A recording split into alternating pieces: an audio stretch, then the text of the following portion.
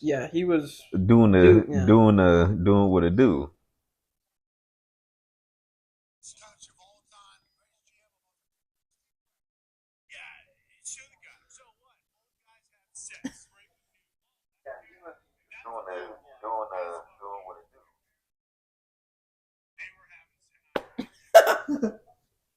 All right, so appreciate y'all tuning in for another video, man. I swear these weeks go by quicker and quicker, and the more, the faster they go, the funnier shit gets. I promise y'all. I really Yeah. thought that this week was gonna be dry, and it was probably it didn't top last week's No. mayhem, but it was actually pretty up there. But thank y'all for tuning in for another episode. Honestly, we about to get right into it because honestly, I want to talk some shit today. I got some shit to get off my chest. Pause. A lot to Um, get into. I'm really just gonna have to start slandering. I've been taking a high road too long now with trying to body athletes, but I'm gonna have to talk my shit today, man. So appreciate y'all for tuning in. I did leave a little poll in the chat for y'all. I came up with that one, so y'all might think that I'm slow, but hey, things happen. For those who are wondering, I said, will the Buffalo Bills make the playoffs? I said Josh Allen is him, and or choices: Josh Allen is him, Mm-hmm. or hell no. And two people already voted hell no. Yeah. So appreciate y'all for tuning in. We are actually about to get into it. So of course, top of the coverage today, we're going to cover basketball. Real quick, we do have some topics to talk about, but real quick, I'm just going to do the news coverage first, just to get that out the way, because the sooner we get to football, the sooner I can talk my shit. So, early news: Steph 30 Curry is out for the rest of the in-season tournament with a knee injury. It's just knee soreness, but what do you expect? Bro's literally been carrying the team Yeah. for over a decade, so who would have thought, right? Might be Going, catching up to him. oh, 100%, it's definitely What are catching we up at? to him. 35? 30, I think 34, 35? Yeah. Yeah, so I don't know. hmm going on with the news, Morant is working towards his return. The Grizzly star can play again on December 19th at New Orleans, and he has been working closely with the team to prepare for his return. Speaking of the Grizzlies, the coach has been fined 25K for criticizing the officials. I would have said the same thing and probably got charged a lot more. Um, Kelly Oubre, he's been released from the hospital Saturday night. Will be reevaluated in 1 week. The Sixers said in their statement. Basically, what happened? He was struck by a vehicle. Thankfully, it was just broken ribs. Yeah. I mean, that's literally. I mean, I don't know who y'all believe in, but look, that's definitely a blessing. Because wow, walk away with broken ribs and can literally come back maybe after the All Star break, possibly. Broke or like is it fractured? Broken. Well, I'm confused too. Maybe this is like I'm thinking too deep. He's 6'7", so how tall was like it must have been like a truck that hit him in the side? I Because believe it was a bike, but it could be depending on how he landed. I guess it was probably when Like, he landed. Because I yeah, was trying to think. Someone pointed out that like how tall was it? Like a big lifted truck that like hit hmm him in the side because he's a big yeah, dude. yeah. It says struck by a vehicle, but I swore they said it was a bike the first time. Struck by a vehicle. Oh, okay. Let's see. Kelly Oubre was a pedestrian stuck by a motor vehicle tonight in Center City, Philadelphia. He is currently stable condition, being treated at a local hospital. We will share. Make it these fucking ads out my face. We will share more information as it becomes available. Yeah, so a vehicle traveling in the same direction at a high rate of speed. Uh, the vehicle hit him in the upper chest area with the driver's side mirror. Wow. Oh, damn. That okay. That adds up now. But damn. Does it say how fast? Not No. specifically. He had to be going fast. Yeah. The car described, yeah, the car described as a silver in color kept going south and fled the scene. Um, Who's he in play for? I'm sorry. the Philly. 76ers. Definitely Boston. So in We're not worried about him, honestly. yeah, That was disrespectful. I'm sorry. He's in stable condition with a broken rib. That's fucked up. and injuries to his hip and right leg. So yeah. So thankfully, like I said, thankfully that's all that happened. Because wow, that could have went left pretty quickly. Let's see. Wow, who would have thunk Ben Simmons is out with a nerve injury at least 1 week? Isn't it his back again, or is it his? Doesn't say. Let me look. Nerve injury in the back. Oh, yeah, but it's Ben Simmons. I just don't know at what point. You're just Devin. It's Ben Simmons. I'm just. I just want to know, like, he's a soft body. Might also turn this PC into a tablet if it keeps running like this. How about them Colts? Oh yeah, we're gonna get to the Colts too. Yeah.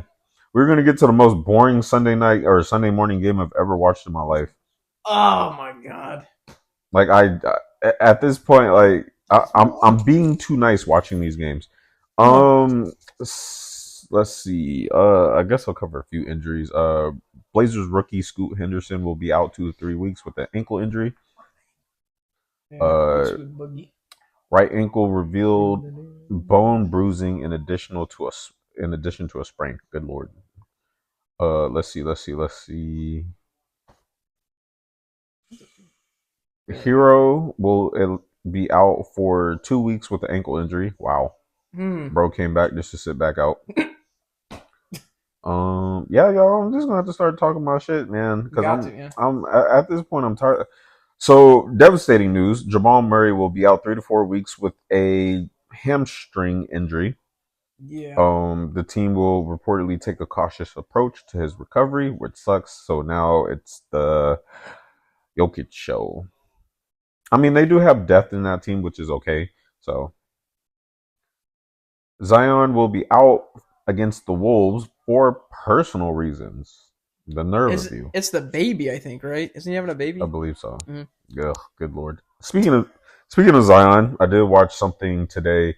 He said that it's difficult for him to buy into the new system that the Pelicans are doing. He's adjusting and everything, but so to me, how I took it, I'm not trying to misinterpret what he said. I honestly felt like the nerve of him to come and make that statement because you haven't been healthy for at least 2 to 3 seasons. So when your team needed you, you were unavailable for the majority. So for you to find difficulty in buying into a system that you knew what was there for, and it's difficult for people to buy into you. You should just shut your mouth and kind of. So you know what I'm saying? No, I get that. So it's like because this team, like, regardless of reports versus what the execs say, someone was ready to get you booted out of there. I know someone. Yeah, no, for sure. I know someone was like, you know what, we should probably look to trade this man, and probably more people was like, let him stay for financial reasons. So I don't know. I felt the nerve of him, but again, I don't make as much money as you do, so I can't say anything. Let's see. He bring back Udonis Haslem into a front office role. Bro, really never gonna leave the arena. He's like the vice president of talent or so. I don't know, something like that. Yeah. Yeah, he's grandfathered in.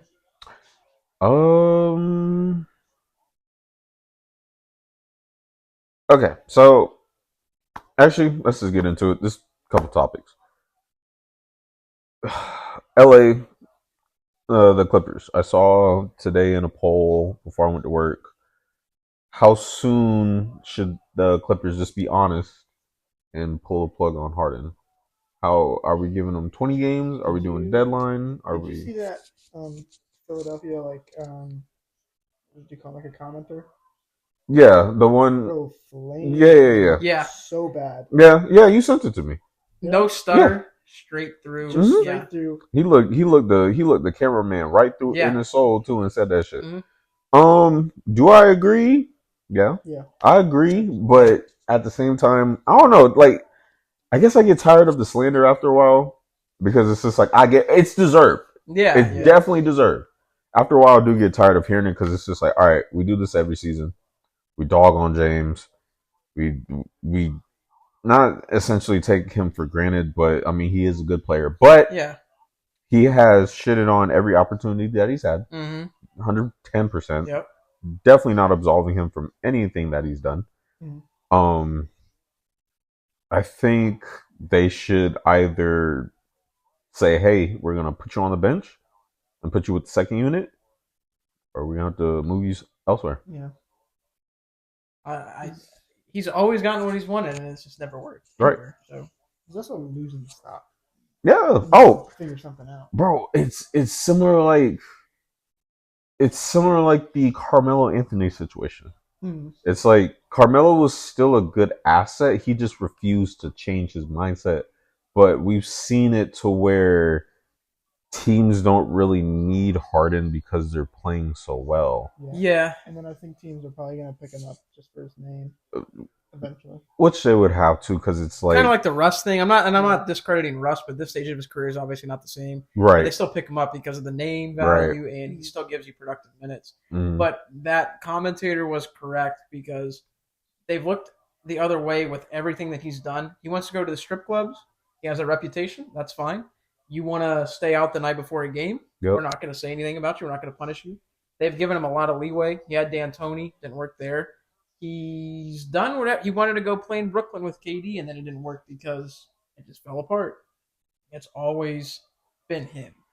He's been the focal point. Yep. I think Brooklyn might be an outlier because that just it definitely is an outlier because didn't work. Because look what they did to Kyrie, and then afterwards what KD and Kyrie said too. Even though Harden mentioned something about no one wanted to be a leader, and they booted Steve Nash out. Mm-hmm. But like, look at how after Steve left, it wasn't Steve. No, he was just he was a scapegoat. Yeah, they threw him under the bus, which most coaches they always point to the coach. So it's to same be thing expected. with Doc. Doc's maybe a little different because he just couldn't get over the hump. Right.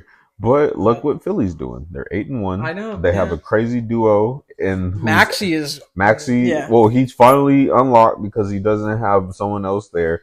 Yeah. Embiid's able to do what he's able to do. And so I saw a list. I wish I wrote it down. I saw like there's the top 5 duos in the NBA. I know it's Sixers, Boston, Milwaukee. I forgot the other 2. I'll say right now, like even like taking the Celtics bias out of it, the Maxey and Embiid duo is playing much better. Mm-hmm. Much better. I think Tatum on his own is fine, but I'm saying Brown still scares me. That's a whole different story. But yeah, the Max, and if that was what it took was to get Harden out of there, and now they play like this, then whose fault is it? And they got Nick Nurse as a coach They got too. Nick Nurse as a coach. So He's always been, imagine what that team would have been if Harden would have just been like, "All right, I'll stay." Exactly. Yeah. You know. So that'll be interesting. It sucks for the Clippers because they finally have a healthy squad, and then you trade away your depth for a superstar. And even though yes, it's gonna take time, I've always said that chemistry is always everyone's Achilles heel, no pun intended.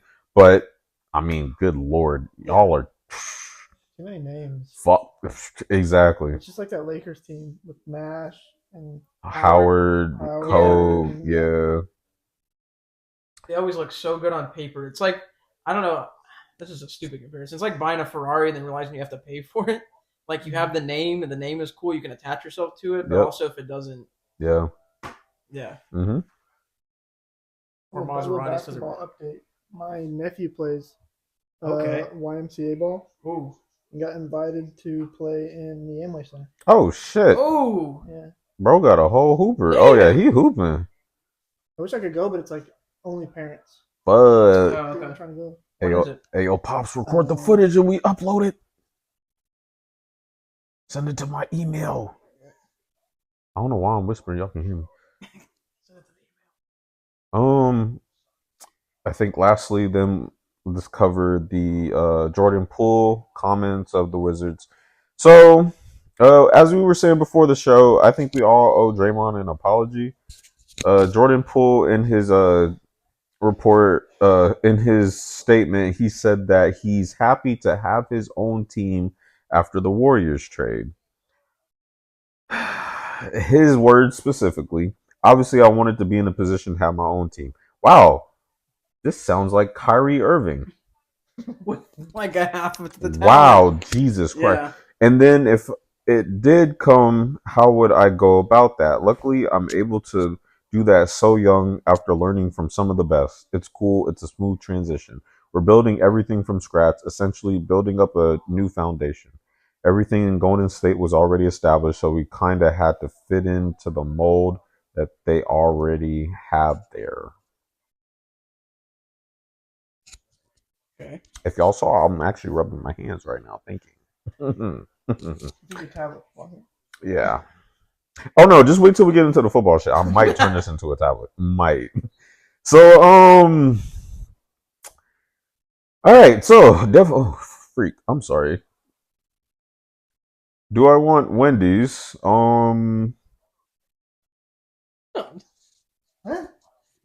It's Emily. Oh. I'll just take a medium I thought it was gonna be fry. a Wendy's nuts in your mouth joke. No, Oh, no. I'll take a medium fry. Thank you. All right. So, huh? Oh, she come. Yeah. She's in the. Yeah, she's in the. Yes. Well, because I'm streaming from my phone. That's what. Sorry, algorithms. Yeah, gonna go right. Oh no, let's go in now. Let's go shoot up. let's go. So his comments definitely not gonna, take anything out of context here with his comments. So I'm gonna be honest with you. This team, the Wizards, is really just you have that player, I'll give you this player. They're really just the in between, like a good, like look at what they traded away for Bradley Beal. They're just part of a trading team, to be honest with you. And I'll be honest with you. This is Kuz's team. If I had to say, it is. It's Kuz's team. Yeah, he's going to be the face of this. Lowly. Wizards. I'm just going to ship you off to the wasteland. Yeah. And since this is his team, for those who want to know how well his team is doing, they are 2-8. And Jordan Poole's shot selection is. And the only team that's below the Wizards are the Pistons at 2-9. He did hit a nasty spin. Well, let's hope that nasty spin can contribute to some dubs. Someone called Cade Cunningham and Killian Hayes the Ash brothers. Oh fuck! Well, maybe not a stick. I don't know. They put up like 25 points together the other night. Yeah, we may have to do a whole. No, we're not gonna do like a top. We're gonna do a docu-series on the interesting Detroit Pistons team. It's funny too. When I think of the Wizards, because the video just popped in my head the other day. When John Wall got introduced, there was so much hype. Yeah. Remember when he did the Dougie? Yep. Right. Welcome to DC, John Wall. They're so far away from that. Oh yeah. I think they have I wouldn't say they have no hope because they're going to keep getting the high picks again. It's a circle of life. It's not going to look like the OKC team though. No. I don't think it'll look like that. No, it's not going to look like that. Yeah. They just have always had poor. I don't know if I'd say poor decision making. Because John Wall, obviously, I would consider him. That was the diamond in the rough. Because look at all their draft picks afterward. Yeah, it was Wall and it was Beal, and that's fine. And then they drafted. Who's the I don't remember. Jonas Valanciunas got drafted by them, no? Or who was? There was another. Jan Vesely. Yes. Remember they drafted Jan Vesely. Mm-hmm. He sucked, and then they kept it. Yeah, suck. Yep. They can't draft you. So nope. Get the GM out of there. Let's start with that. Probably. Jeez. So my final takeaway, just on the subject, I think this is why Draymond gave bro the Falcon punch. Yeah. Cause so is he who he's advertising himself to be? Yes. But it's definitely coming off as more ownership than let's actually build a team. Does he make his team better? No. This is more of a team where it's like, you know what, I can be the main guy because he wanted to be the main guy. He did. That's why he's there, and it's not gonna. It hasn't worked so far. Right. He has time to turn it around. But exactly. Because all the shots that he decided to take in Golden State, that's why it didn't fly. That's why every time Steph or Draymond would tell him something, he wasn't trying to hear it because he thought that, I know what I'm doing. I'm lost in the bottom of this. Let me go somewhere and be the guy. Exactly. So, I mean, I don't know. I've also watched small clips of podcasts of dudes saying, do you want a ring or do you want the money? Yeah. A lot of times they said the money. So, hey, you could go be a 20-something per game scorer and get your bag and just be on I a. think the way sports is trending, I think more people are going to chase the money. Yeah. Yeah. I mean, especially in football, because like, especially if you're like oh, a defensive player or like a running back. or a mid quarterback who tore his ACL. Hint, hint. I mean, context clues. Same rhymes with Josh Allen. Oh my god. Last name Jones, first name Daniel.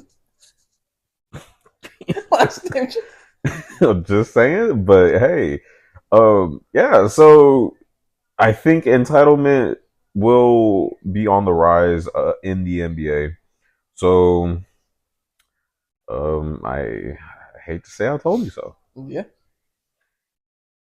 And lastly, just want to go over. Wow, that's not basketball. Just want to go over the standings. Then we'll move on because we're getting closer to the football. So Sixers 8-1. Ronnie, your Celtics are at 8-2. Mm-hmm. Pacers are actually at a surprising 6-4. Miami, thank God, fourth spot, 6-4. They were actually like bottom. They were actually like what, 8th or 9th? Yeah, at they the were start. trending way down. So thankfully they got that together. Milwaukee, they're still trying to figure things out at 6-4. Atlanta 5-4. I think they'll definitely get to the playoffs. I think getting closer to January, we'll start seeing teams start to jockey a little bit. Yeah. Magic right now at 5-4. The Nets 5-5. They're at the 8th spot. So if the playoffs were to start, we would have the Knicks at the 9th spot in the play-in, and then the Raptors in the play-in at 5-5. I honestly think though that East is pretty even now. It's even, but I think it's pretty even set. I mean, this is bold, but I think it's set where it's at right now. Mm-hmm. The standings are going to jockey a lot, but I think those teams are the ones that'll stick. So essentially, what was supposed to be 8 but 10. So I'd say my teams that would actually sneak in, I would actually have Cleveland sneaking in because they're 6-4 right now. But yeah, they're underperforming a little bit. Yeah, but I think that I don't think that this will be consistent. Chicago, 4-7. They're looking to trade Levine. They are, yeah. Hornets 3-6. Wizards, as I stated, 2-8, and Pistons 2-9. And for your Western Conference, Nuggets 8-2, Mavericks 8-2, Minnesota. Wow, shout out to y'all, 7-2. Houston, which is surprising because I thought that y'all was gonna be trash, are at 6-3. I wonder why. Definitely not because of Dylan Brooks. No, definitely because of the head coach. Definitely. Yeah. OKC, they're currently at 6-4. They'll actually be playing here shortly at 7:30. The Kings are at 5-4. They will definitely improve because I know they have a few of their key players out injuries right now. Golden State currently at 6-5. Y'all know how it is. They'll either start off very slow or hot, but we already know. LA, I'm surprised they're actually the top 8 spot right now at 5-5. Phoenix are at 4-6 right now. Katie's healthy. Devin Booker's still injured. Bradley Beal, I think, scored 13 points in his home opening. Pelicans are at 6-4 or 4-6 right now. Clippers 3-6. Portland 3-6. Spurs 3-7. Jazz 3-7. And Grizzlies 2-8. So there's been no media coverage of the Grizzlies since Ja isn't there, but when he comes back, my God. Now, NCAA coverage. Anybody have anything? Actually, hold on. All right.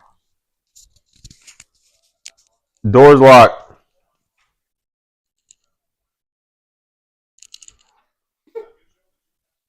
Go away. Go away.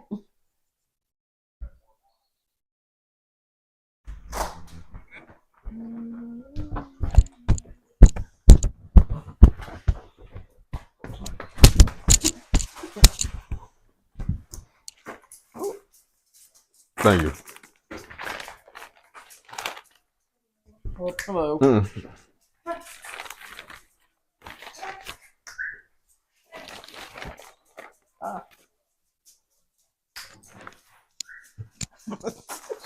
Her head went turn back around. All right. Actually, My fault, Dun, everybody. dun. Okay. So, NCAA football. Did anybody have any interesting games, anything that stood out to anybody? I definitely missed like all of Saturday. I caught. So I was definitely watching Michigan, Penn State. That was actually a close game. I know the coach was crying. Wasn't until I think it was a good game that maybe we missed. Alabama won, of course. Yeah.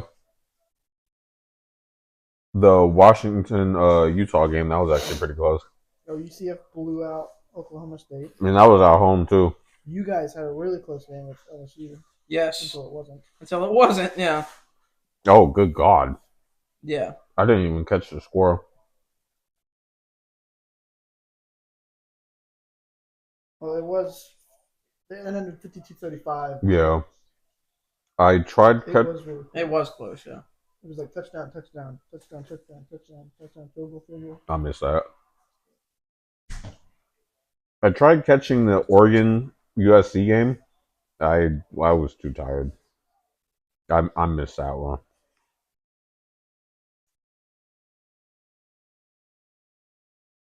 And all right, so I'll just go over scores.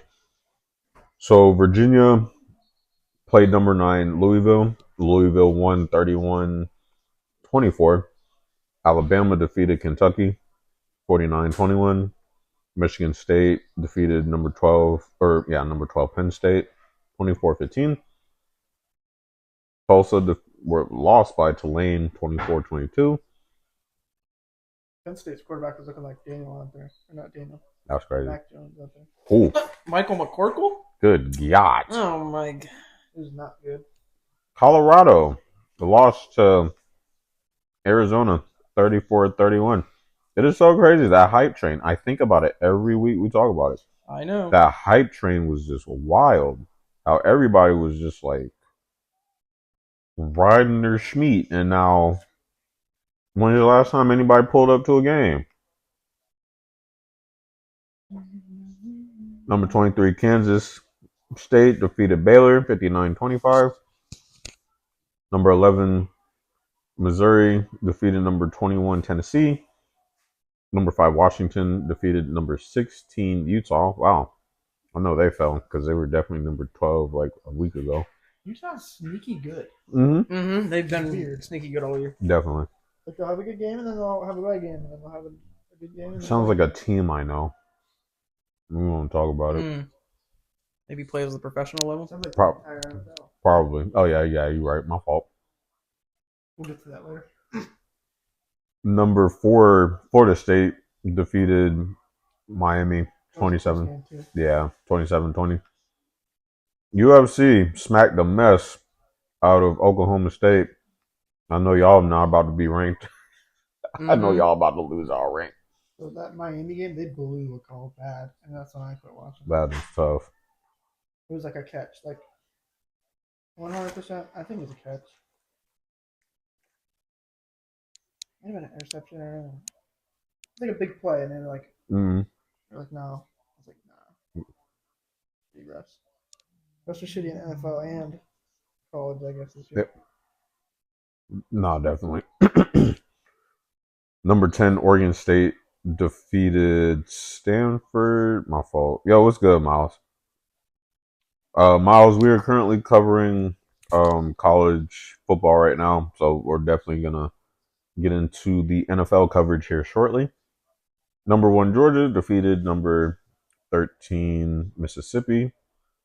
Hold on, I thought Ohio State was number 1. Whatever. Yeah. Oh, okay, because here they still have their old ranks. Was it from last week? Yeah. I wish they changed that. Yeah, just like on here, what I'm reading off the scores, like they didn't actually like update their ranks. I got number 14 Oklahoma versus West Virginia, 59-20. Oklahoma won. I have number 7 Texas defeated TCU 29-26. Number 15 LSU defeated Florida 52-35. Number 3 Ohio State defeated Michigan State 38-3. I actually tried watching that one and then it was like a blowout really. Number 22 UNC defeated Duke 47-45. And lastly, number 6 Oregon defeated USC. I know that campus is. You know what I just thought about? What's up? We did the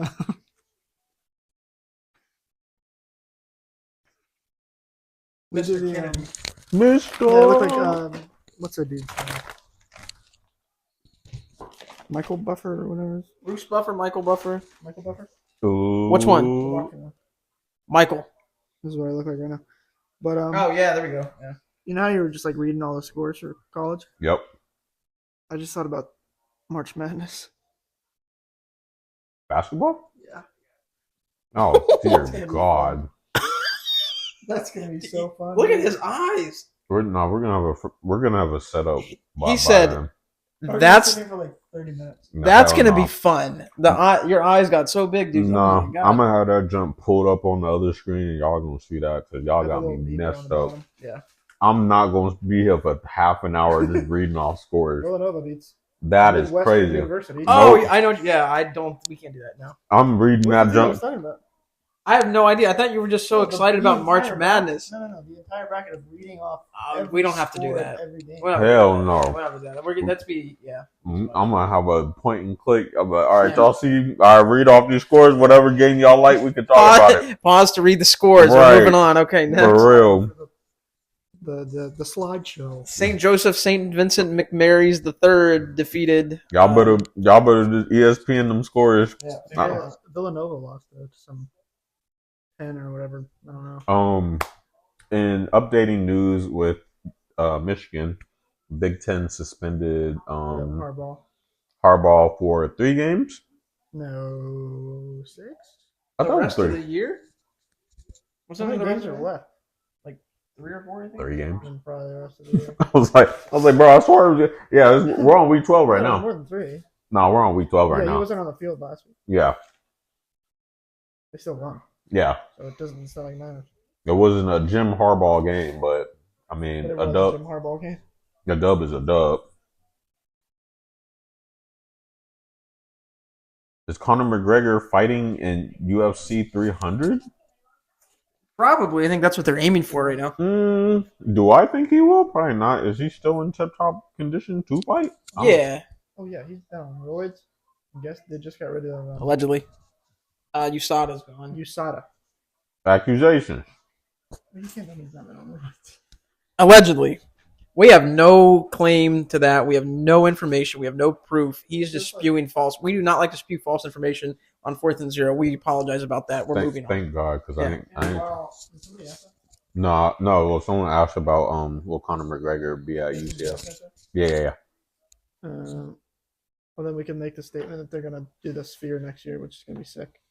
Yeah, we talked about it off air, but I don't know if I have one. Like, I don't know if I would personally want to go into the Sphere and watch it. I feel like I would get overwhelmed. Claustrophobic. It's just scream. Did you see the YouTube concert? Yeah, I saw the YouTube one.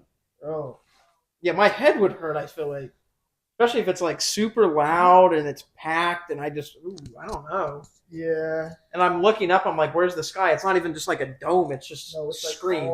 It's all lights and I don't know. I'd like to be in it, but I wouldn't like to sit there for hours. I'll definitely bring my shades. Yeah. That would be the worst place to do an hallucinogenic too. You would probably have The Colts are the best. I mean, we're still on college football, but yeah, we get into the Colts. It depends on how they do it. They're definitely not bad. I'll give Gardner a lot of credit, but that's the stage down there. That's just the gym. That's just off screen.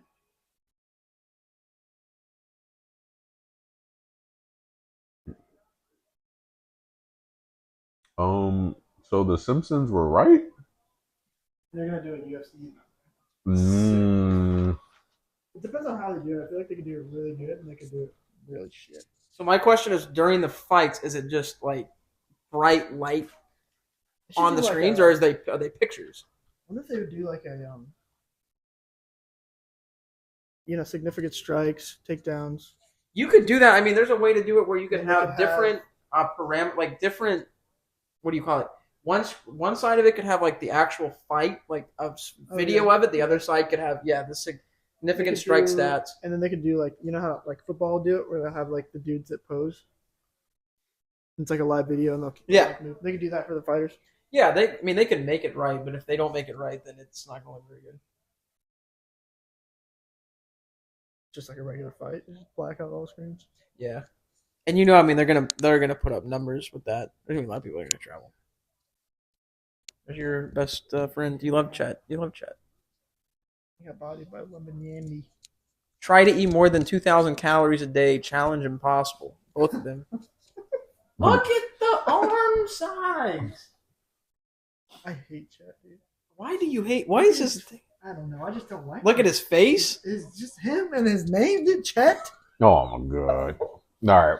Okay. Yeah. Come on. So just reading off week 12 of NCAA schedule. Wow. Like I said, we're 3 weeks away from the bowl games. I already saw a commercial about some bowl games. So we got our 12 o'clock games. Rutgers takes on number 12 Penn State. And we got LA Monroe versus number 13 Mississippi. My fault. We have number 17 Tulane versus Florida Atlantic. Then we have number 2 Michigan versus Maryland. It's funny because my dad's from Michigan, my brother's from Maryland. So then we also have number 14 Oklahoma versus BYU. And then who the fuck? What is this team? Chattanooga? Yeah, versus number 8 Alabama. Boy, what the hell? What did they do to? No, I'm not even going. Don't answer that. Then we got number 9 Louisville versus Miami. Now the 1 o'clock games, we got UMass versus number 25 Liberty. Then we got App State versus number 18 James Madison. Then we got number 16 Utah versus number 19 Arizona. And the 3:30 game. Oh, this should be a good game. Number 1 Georgia. I think they're number 2 or number 3 right now. It's still number 1 here. Versus number 21 Tennessee. Then we have Wake Forest versus Notre Dame. Number 20 Notre Dame. Then we have number 22 UNC versus Clemson. Then we have Minnesota versus number 3 Ohio State. Then we have number 24 Oklahoma State versus Houston. Actually, I think what I'll do for college games, I'll probably just read off like the ranked teams who they play. I'm not gonna rank like every team. Yeah. Then we have number 6 Oregon versus Arizona State.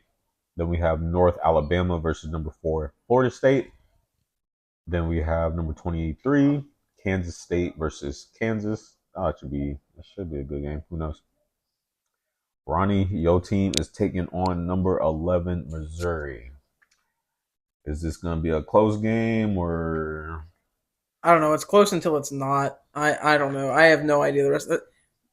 They played it last week. Yeah, they could. LSU's definitely a better team than Missouri, but I don't know. I don't even think they have the motivation anymore. And if I'm not mistaken, I think they need one more win to get into an actual bowl game, and they haven't even hit it yet. That was like 3 or 4 weeks ago they said that, and they haven't won since. Right. Shit. Yeah, they didn't beat Arkansas. They didn't beat Georgia. They didn't beat LSU. So, yeah, they need one more win to get into a bowl game. So I don't know if they're going to do it. Basically, this week in college football, there's one game. Coming up. Which is that Georgia game. That's it. We also have number 5 Washington versus number 10 Oregon State, and that is your week 12 NCAA coverage. Again, quiet weekend. College football, just the Michigan scandal and Big Ten suspending Jim Harbaugh. So, if anybody has any other coverage y'all want to talk about for other teams, please let me know in the comments below. But Your favorite team. Since that is our NCAA coverage, now we about to get into the B&B. Oh boy, it's we about to Thursday get night football again. All right, so I'm just gonna cover news. Then I have a little segment. It won't take too long. Everybody can also participate, and then we gonna get into it because I really want to talk my shit. All right, so all news coverage. Patriots Mac Jones doesn't know if he'll be starting after the bye. No We one's haven't told him talked yet. about that. No one's told him yet. I was going to post a video in the chat. I'm pretty sure you already saw it at the press conference that he got pulled, and of course he had to be PC about it. Mm-hmm. Bro looked defeated. He always looks defeated at this point. Bro, he looks more defeated than Josh Allen looks. And like, and here I'm gonna say it. I actually, after the more I see him, I'm like I feel a little bit bad for him. It's not 100% his fault. I shit on him a lot because it's about 70% his fault. It's the team. It's the team. But really, they put a bad team around him. Belichick has not been good with them. They're so on and off about if they want to keep Belichick. One week they're like, "Oh yeah, he's here long term," and then you called it. And the reason why I posted that is because I think I sent it in the chat. You called it when they said it was going to be mutual ways. That's what it is. Yeah, they would never post a release saying we are relieving him of his duties.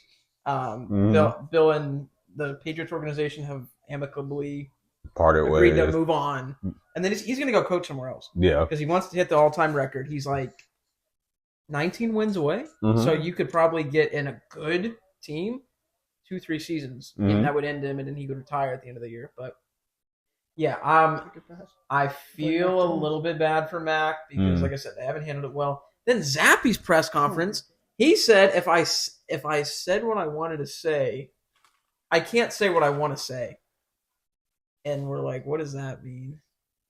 So let's actually hold that thought because when we cover the scores, we'll get into that. I definitely want to cover just the Mac that made me think because I remember I was like, yeah, there was a lot going on in those, but no one's what. So this is Tuesday.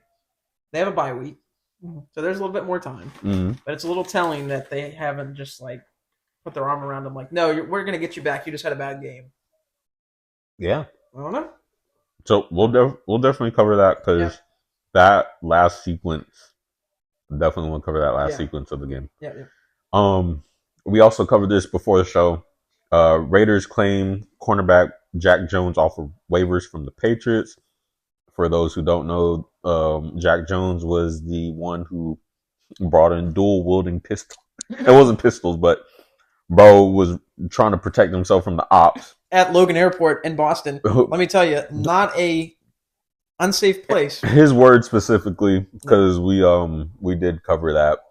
I mean, like we said, or as you stated, they fought like hell to make sure he came back on the field.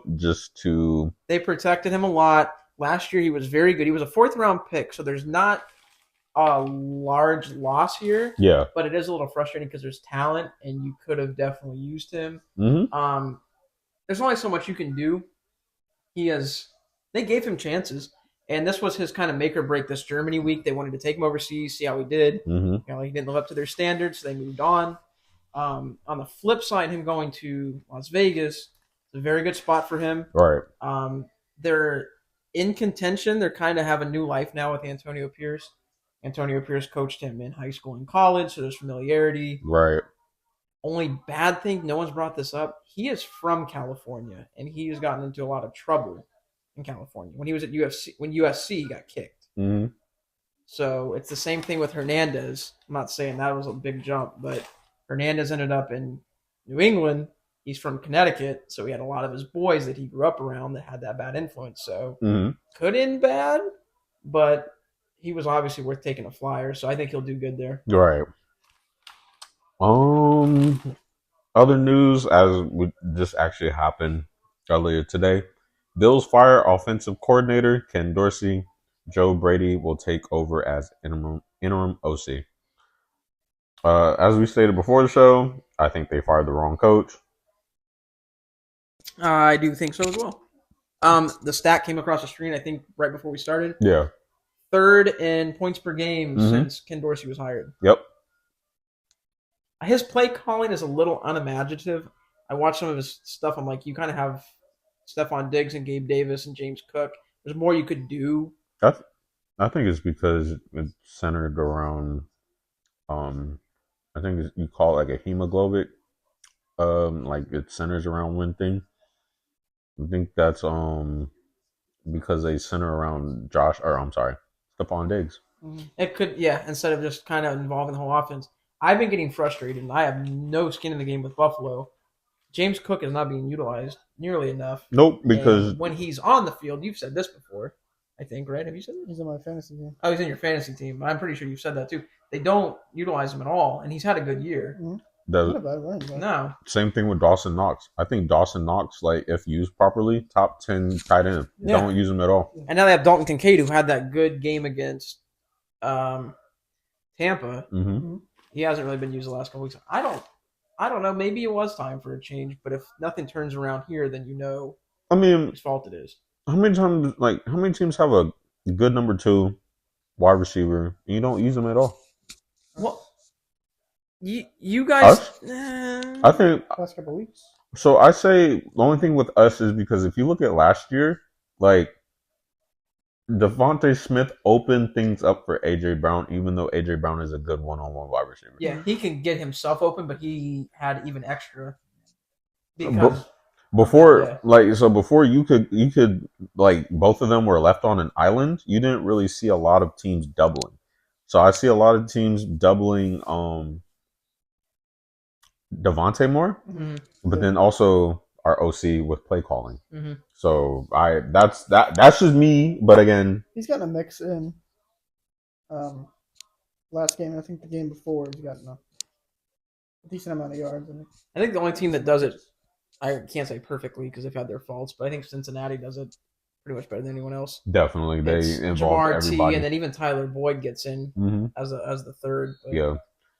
Oh, Colton, you think Mac Jones is a crybaby? Yes. No, definitely. Yeah, I will agree with that. But we'll definitely talk about. I can side with that. We'll definitely talk about the Bills in a moment. Cowboys linebacker Vander Esch is out for the season with a neck injury, so that will definitely be a significant loss to their defense moving forward. Even though they still have to play us again. Yeah. That's like a player. Like I hate him. What, Vander Esch? Yes, I hate him, but he's really good. It's also similar like Sean Lee when he played. I always hated Sean Lee, but so they went through their middle linebacking core went from Keith Brooking to Sean Lee to Vander Esch. They've always been solid in the middle. Didn't they have Zach Thomas at one point? They did have Zach Thomas towards the end of his his last season before he retired. Yeah, their O-line too. O-line, they've always done that well. Yeah, they've always done everything well, but the QB. Yeah, 100%. We can get into a 2-hour debate about how Troy Aikman is the most mid Hall of Famer that's ever come across the fucking table. So anyway, I actually, we're gonna have a talk about that. God, man, I look at his stats. His TD to interception ratio is almost identical. Jeez, it's like 191 to 182. Good God, Roger Staubach, 50 years ago. Yeah. Oh no, we can't. We can't compare that. We can't run. That's two names in the we can't compare that. 75-year. We can't compare that. Yeah, no, we can't. I can't get behind it. Lions head coach Dan Campbell on 4th down calls just wear a diaper before some of these games. So head coach Dan Campbell went for it on 4th and 5, or went 4 of 5 on 4th down on Sunday. And some advice for those watching any Lions games this year. Here's what I would say, because I tell my family this: just wear a diaper before some of these games. So I guess that's what they meant by Dan Campbell had balls of steel. Dan Campbell is 10 out of 10. Oh my God. He doesn't care, and it's gonna backfire on him one day. There's gonna be a big game, and especially in the playoffs, we might come back this where he does something like that and people are gonna ring him. But he's kind of got that Doug Peterson where he's just like, I'm gonna go for it. Facts. Don't care. Yeah. Facts. Let's see. John Harbaugh says Keaton Mitchell in line for more reps Thursday against the Bengals because apparently he had a over 100-yard game this past weekend, which I'm very surprised because I can't tell you who's the starting running back for the Ravens. Gus gets a touch and then gets a touchdown, and then Keaton Mitchell gets like all the other runs, and he's like carrying the workload. But I don't know. Running game's dead. Let's see. I think all these are just previous. Jaguars wide receiver Zay Jones arrested for misdemeanor battery. Domestic battery. Apparently, this was actually brought to my attention today. Apparently, he snatched a chain off of his girlfriend, and she pleaded the fifth and said that bro put hands on her. Doing research. And then we had Olave and Michael Thomas. Yeah. He decided he was mad at the construction people parking on too close to his house. He threw a brick through the window and his phone. Dog. Is that I don't even want to bring it up like this, but is that related to some sort of head trauma? Are they acting like not like the Zay Jones one? I'm not worried about that, but I'm talking about the Michael Thomas one. Gives me a little bit of like, are you okay mentally? Because that's a little out. That's a little out of the box. I think at this point we could just say yes. We could chalk it up. Maybe we're just hearing more about it. It's a little bit more public. But I think it should be. I think it should be talked about because these are actually like real things that happen. But we don't talk about it. We don't talk about it until A/B situations. Yeah. Has he played enough to get CTE? Well, he's been hurt, but he's been playing since what 16, 15. He's been in the league for Junior Seau. He played. I get it. He played. Yeah, because he played younger. Defense. Yeah, he played defense too, but still, I mean. Well, no one talked about the Jimmy Graham thing. That like went under the rug too. Oh yeah, how like bro in the middle of the street. The facility. Yeah, and then bro's back on the field the next week. And then he scored a touchdown this year. I'm like, but no one talked about he was like in the street, like frantic and going crazy. Streaking, but yeah, that was preseason actually. And then well, they kept him around because obviously. Because they need help. Yeah, and it's Jimmy Graham. He's done a lot for the city. That is fucked up. They're all gonna do a lot for him. They said, "Fuck your health. You're too important." Vikings signing linebacker Anthony Barr following Jordan Hicks' injury, and this is where I'm confused. Rams expecting Matthew Stafford to return Week 11 versus the Seahawks, and you just signed Carson Wentz. Yeah, that doesn't make any sense. And then Brett Ripon, who started that one game that sucked, is now in Seattle. Yeah, claimed off of waivers. So I don't know. Let's see. I think other than that, CD Lamb claims that he is the top receiver in this game. I mean, he has had I think 3 or 4 games with over 125 yards receiving. He's like top 5. I think one's bold. Maybe this year. Can we say this year he's not? He's like, who's better than him? Well, Tyreek. I don't think you can come over Tyreek. AJ. No, there's actually a top 3. AJ, Tyreek, and CD Lamb. Yeah, that's a fair list. That's Michael Parsons too. Oh, Michael Parsons. Michael Parsons made that. Mm-hmm. Yeah, he made that tier list. Okay, so we'll get in. So I actually stole their flow, word for word, bar for bar, ESPN, but y'all won't know. We're gonna do a small clip. It's an overreaction or not an overreaction, and this lists 5 topics. And everyone who is watching, you can also type in your opinion as well. So my first statement: is it an overreaction or not an overreaction? The 49ers are back to being the NFC the NFC favorite with their win over the Jags. No, not an overreaction. Not overreaction. I don't know if they're. I still have not decided if they're over Philly yet. I need more info. So, but that's 1 and 2.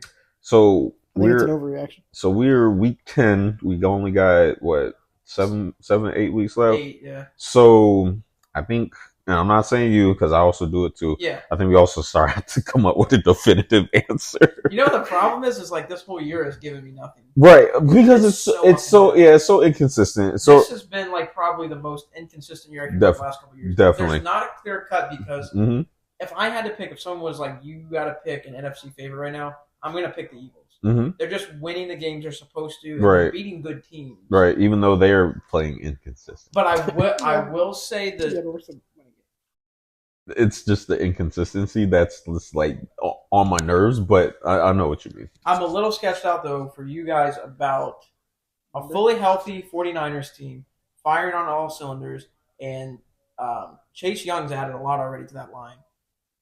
So that game could go either way. I think that's the only one. I think we'll handle it as well as we did the Cowboys game.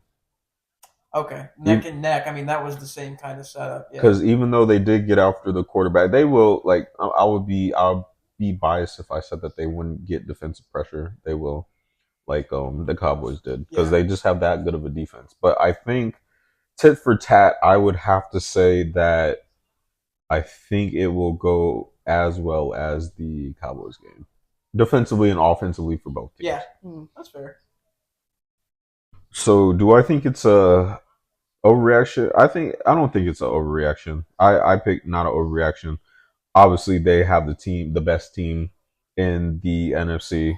So them getting back to full strength and winning, not an overreaction. I wouldn't say so. You think it's an overreaction? We'll see. I mean, the Jags have been good this year, but it's still the Jags. Oh, I'm gonna talk about them.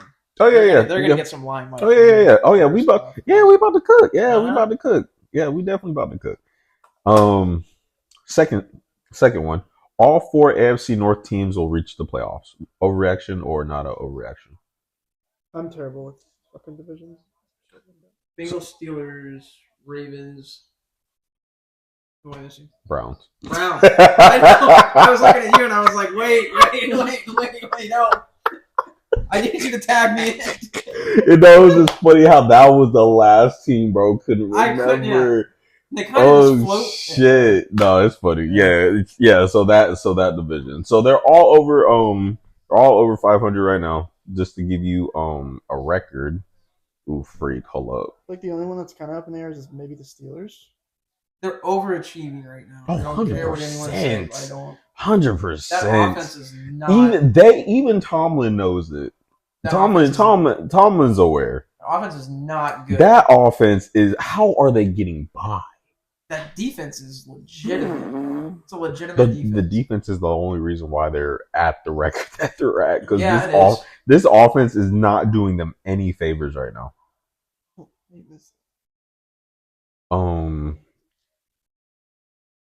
So I have an overreaction to all 4 teams making the playoffs. I don't think that one of them is going to drop. Yeah. 3, I could see 3 because I think one of the Steelers or Browns gets in this late into the season. I think they can kind of ride it out. Oh yeah. If I had to, because right now the Browns, they're up in the air just because of Watson's shoulder. Exactly. Yeah, we don't know about And the Steelers, they're just now getting by, but if they get against a good team, I don't think that they'll. I don't think they're gonna stay up now. So I think that's an overreaction. You'd agree, Devin? Overreaction? Yeah. All 4, yeah. Oh man, we about to. Actually, this might be controversial. Dak Prescott is the best quarterback in the NFC. We gotta look at statistics. I get it. We are Eagles fans, but we have to look at statistics. Bro has been since this past 2 weeks. He's thrown 8 touchdowns, no picks. Joshua Dobbs. The last 2 weeks looks like Mahomes. No, in the NFC. In the NFC. No, we're talking about. No, we're just talking about NFC. He's in the NFC. Cardinals. But still, statistically, Dak will hold up all the time, but like also the eye test tells you that he's not. So Fuck. So I typically just I try to keep it fair and honest because I mean, bro is playing good football. This is probably like statistically the best football he's played in his career. Yeah. Would I give him the nod? Statistically, yes, but the best quarterback, I'd say overreaction. Yeah, 100%. I'd say overreaction. Yeah. I mean, because if we're taking like all of his games, there were some games that he didn't really perform well. We still have the Cardinals game that bro shit the bed, and then we have the 49ers game. Yeah. But overreaction. Top 5, yes. Number 1. Yeah, nah. All right, so Devin, this is your boy. The Saints offense works better with Jameis Winston at quarterback than it does Derek Carr. Overreaction or not an overreaction? That's not an overreaction. That is definitely not a real overreaction. It is not. It is a very fun offense. Anytime Jameis is throwing the ball, it's fun. Yeah. I will watch it. You can put me in front of the TV for 2 hours, and I will sit there and go. 100%. I like 100%. Yeah. I like this. Derek, even though bro was meant to boost his offense, bro. Bro's exterminating his wide receivers. Yo, he's just getting rid of them. Oh my god! Derek Carr is attached to Henry Ruggs, Chris Olave, Michael Thomas, and I'm definitely missing someone. A couple white things. Who am I missing? I think There's a lot. Devontae for one season. No. There was like a slideshow of each wide receiver the Carr's had that's done something outrageous. Oh, I wish AB would have played because we could have played. Oh, 100% would have threw him in there because I was like, oh damn, he didn't we could have thrown him in there if he would have actually suited up. I didn't see that. Good God. It's not an overreaction, I think. Yeah. But you can never win. You can't go a whole 17 games with Jameis Winston at quarterback. Oh yeah, but I mean like. But does it work with that offense? Yeah, because he's got weapons. Right. And Mike Evans was putting up huge numbers. With Winston, With Winston, yeah. It might just be a Carr thing, no disrespect. It could. I mean, we'll definitely have to talk about that too. Because I mean, I want to give bro some love because like he is a winner, but just statistically, it's just there's some games where I think Stephen A. said it at one point. There are games where he will look like an all-world quarterback, and then there's just games where he will just like, how did you get this far? He's like, he did play with AB. What happened? He did play with AB. No, AB never played that season. AB never played. Yeah. He never put a Oh, they're attaching him. That must have been preseason. Bro, I swear, bro was signed and then he never suited up. There's no way. No. Because I would definitely remember bro suiting up. I thought there was more than just the 4. No, he never really had weapons like that. You could throw in Darren Waller. He's got the asterisk. Off-season and or practice squad. I think he played in the preseason, so that's why he suited up in that picture. Oh, okay.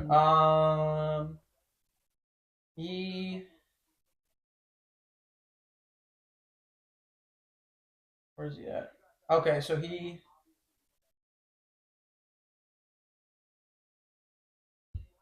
played in the preseason. He never made it to the regular season.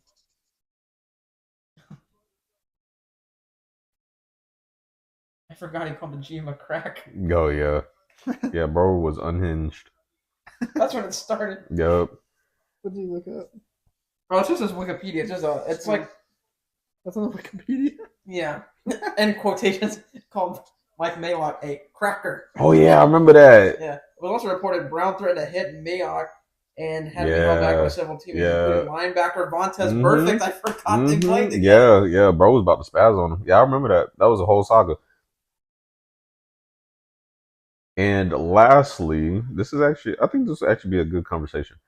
Overreaction or not an overreaction? Kyler Murray will be the Cardinals starting QB week 1 of the 2024 season. Yeah. He looked at the Vikings, or not the Vikings, the Falcons. Kind of look like the Kyler Murray that could win some football games. I got overreaction. When he played against the Falcons this past week, yeah. Actually, no, my fault. I got not an overreaction. They're getting bro the fuck up out of there. well, I say his contract and how it's all suited. They're just not like a quarterback away from winning, so you might as well just keep him. Try to put more pieces around him. Maybe they're bad enough to get Marvin Harrison Jr. That would help them a lot. But I think they get bro the fuck up out of here. You think so? I think so. If you look at the odds, there was an article. I think it was on ESPN or something. They were betting, and they said the Patriots were the most likely team he starts with Week 1 next year. Mm-hmm.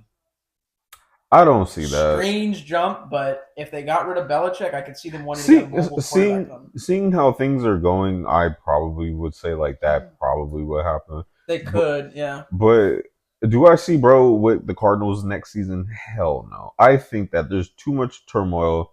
I think bro already dug himself a grave. Yeah.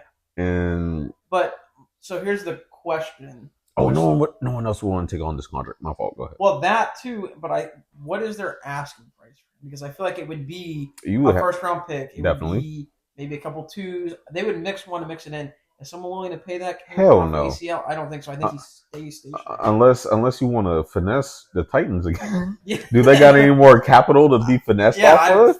Probably not. I mean, but yeah, hell no. You would have to finesse job like 3 teams just to move this contract. And have to be someone stupid enough. So who's stupid enough to do that? This is a 3-team trade right here. Yeah, there'd have to be a mixture. This is a 3-team like bot. Like that's crazy. I almost said the Giants, but then they're stuck with Daniel Jones' contract, so they couldn't do that because then that would just be... Because then, see, that's the reason why that team sucks, because you sign bro to a max contract. You can't sign nobody. You're going to take on... You might as well just keep Kyler if you're going to trade for somebody else. Mm-hmm. I think they're just stuck in... Oh, wow, these teams are forward thinking. There's a lot of teams in bad spots. I hate to bring it back up, but the Patriots are probably the only one that's not in a terrible spot because they have Mac Jones on a rookie contract. Right. They're gonna have like $100 million in cap space, and they're gonna have like a top 5. Oh, you could dump that whole team and start from scratch, and you would be solid. You have cap space. You get rid of some of the older guys. Trade even more draft capital. Y'all get that's a whole fucking Madden franchise right there. That's why, yeah. So I mean, there's teams that are in bad spots, there's teams that are in decent spots, but the Giants are in a bad spot, and the Cardinals are in a bad spot. Yeah. And the Bills too. We already talked about that. The Panthers are too because they don't even have their first round pick. Yeah, they're fucked. Yeah. I'm sure GMs are crying themselves to sleep every night. Yeah. Oh shit. Okay. So that was overreaction or not an overreaction. I'll definitely come up with more of those because those are actually like solid talking points. Yeah. You want to do before we get into you want to do hot takes? Anyone got hot takes? Hold up, let me look. I don't remember much for last week. Yours? Oh, yeah, you said he was going to put up 500 yards in... What did you say he was going to put up? How many yards in so many games? Bro said like... 1,000 yards in 3 games or something, and then 4 touchdowns. It was something very out of the box. Outlandish, yes. I might get cooked for this. I might get cooked. I have Texans missing the playoffs. No. We'll talk about it. No, we'll talk about I have Texans missing the playoffs. And it's not even real shit. It's not even hate. Like I was watching people talk about it. It makes sense, but yeah. So my reasoning is their experience will definitely come to affect them, even though they have an experienced coach. Yeah. It definitely comes down to 11 men that are on that field, and will they be able to come through in the clutch? Lack of veterans. There's not Robert Woods, but he's not like the poster boy for like gathering a locker room. Right. They're lacking in experience. You're right. You can do that on a basketball team. Yeah. I.e., the Atlanta Hawks. Yeah. You can do that with so many teams. Like again, you can do that. Team, look at Arizona. Right. Football, I think it definitely comes down to experience coaching and players. Your coach can draw whatever up, but it's definitely up to the players to execute. It's just how it goes. So on the field, not the court. I say that they will make the playoffs next season. If they make it this season, they may get bounced. I don't know. I'm not saying like this is a Cinderella team. I'm just saying, like, that's just my reasoning, just for experience, depending on who they play against.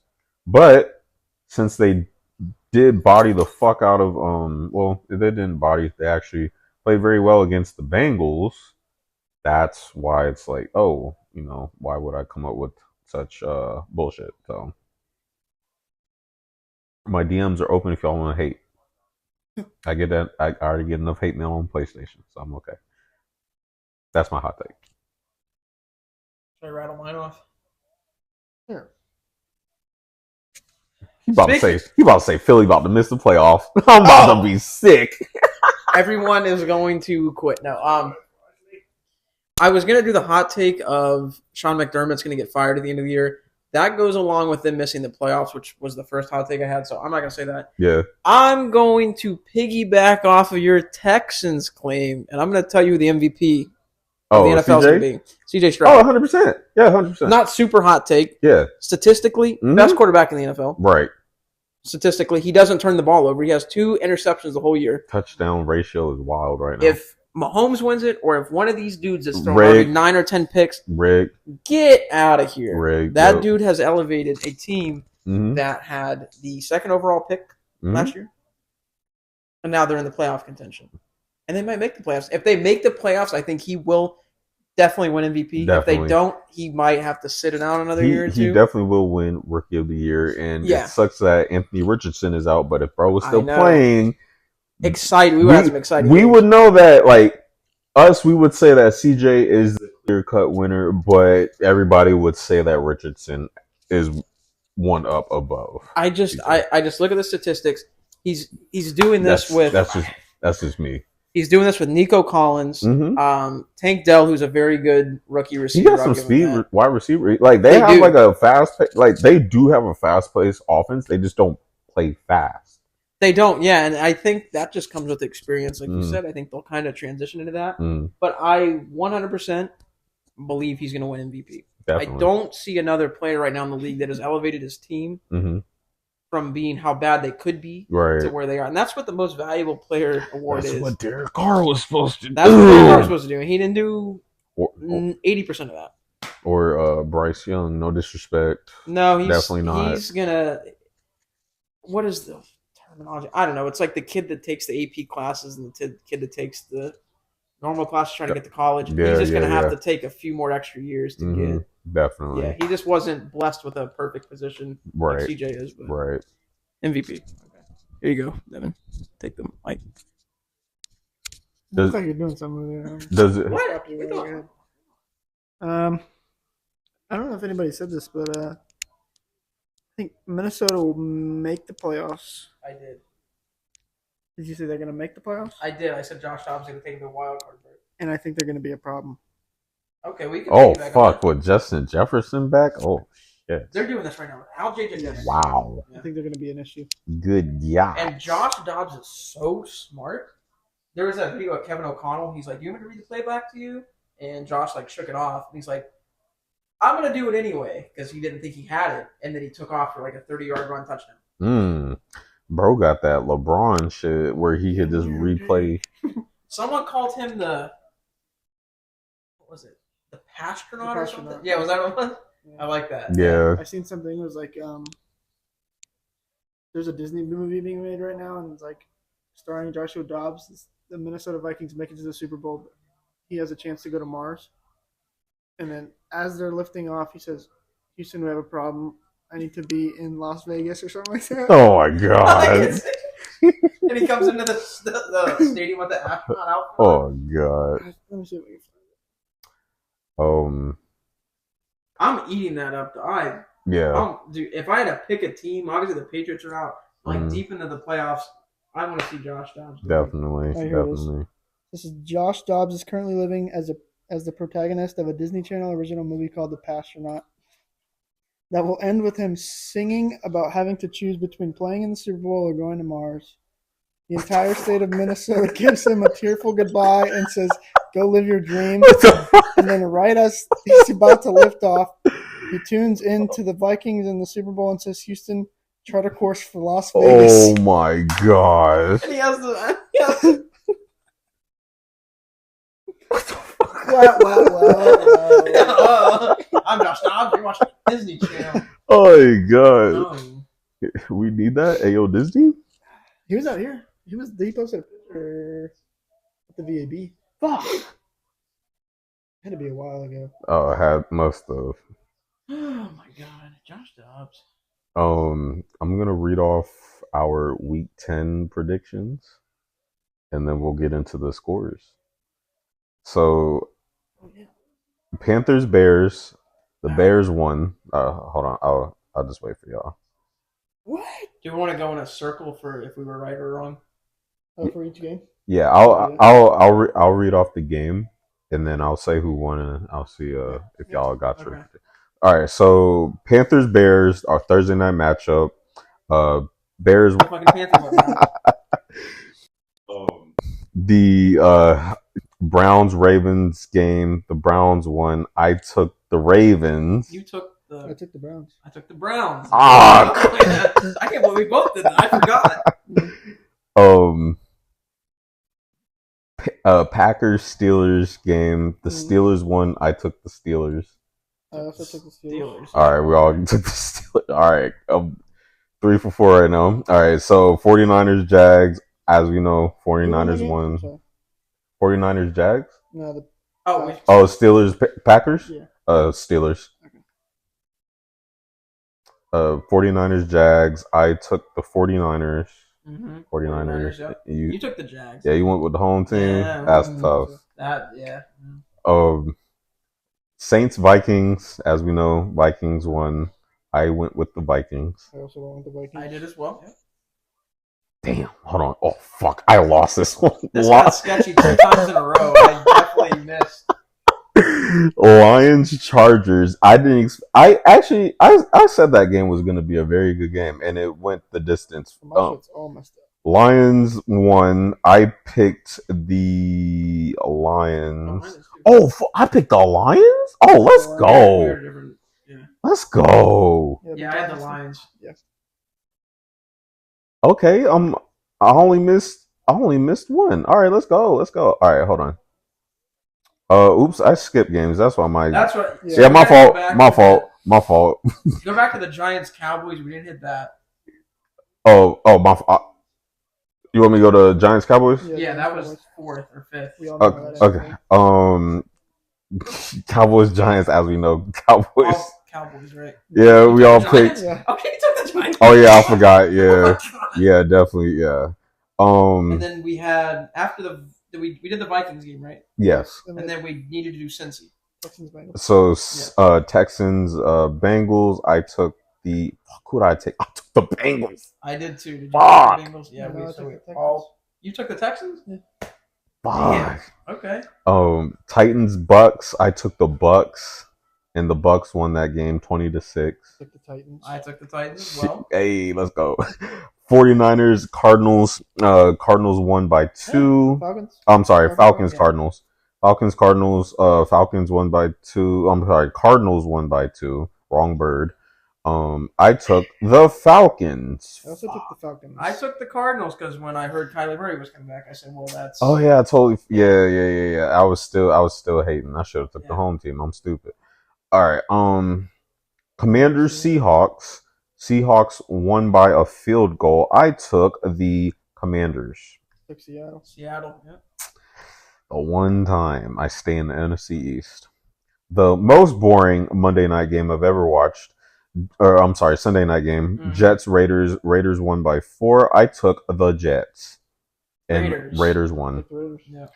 And lastly, because I'm an idiot, Broncos Bills. I took the Bills. Broncos.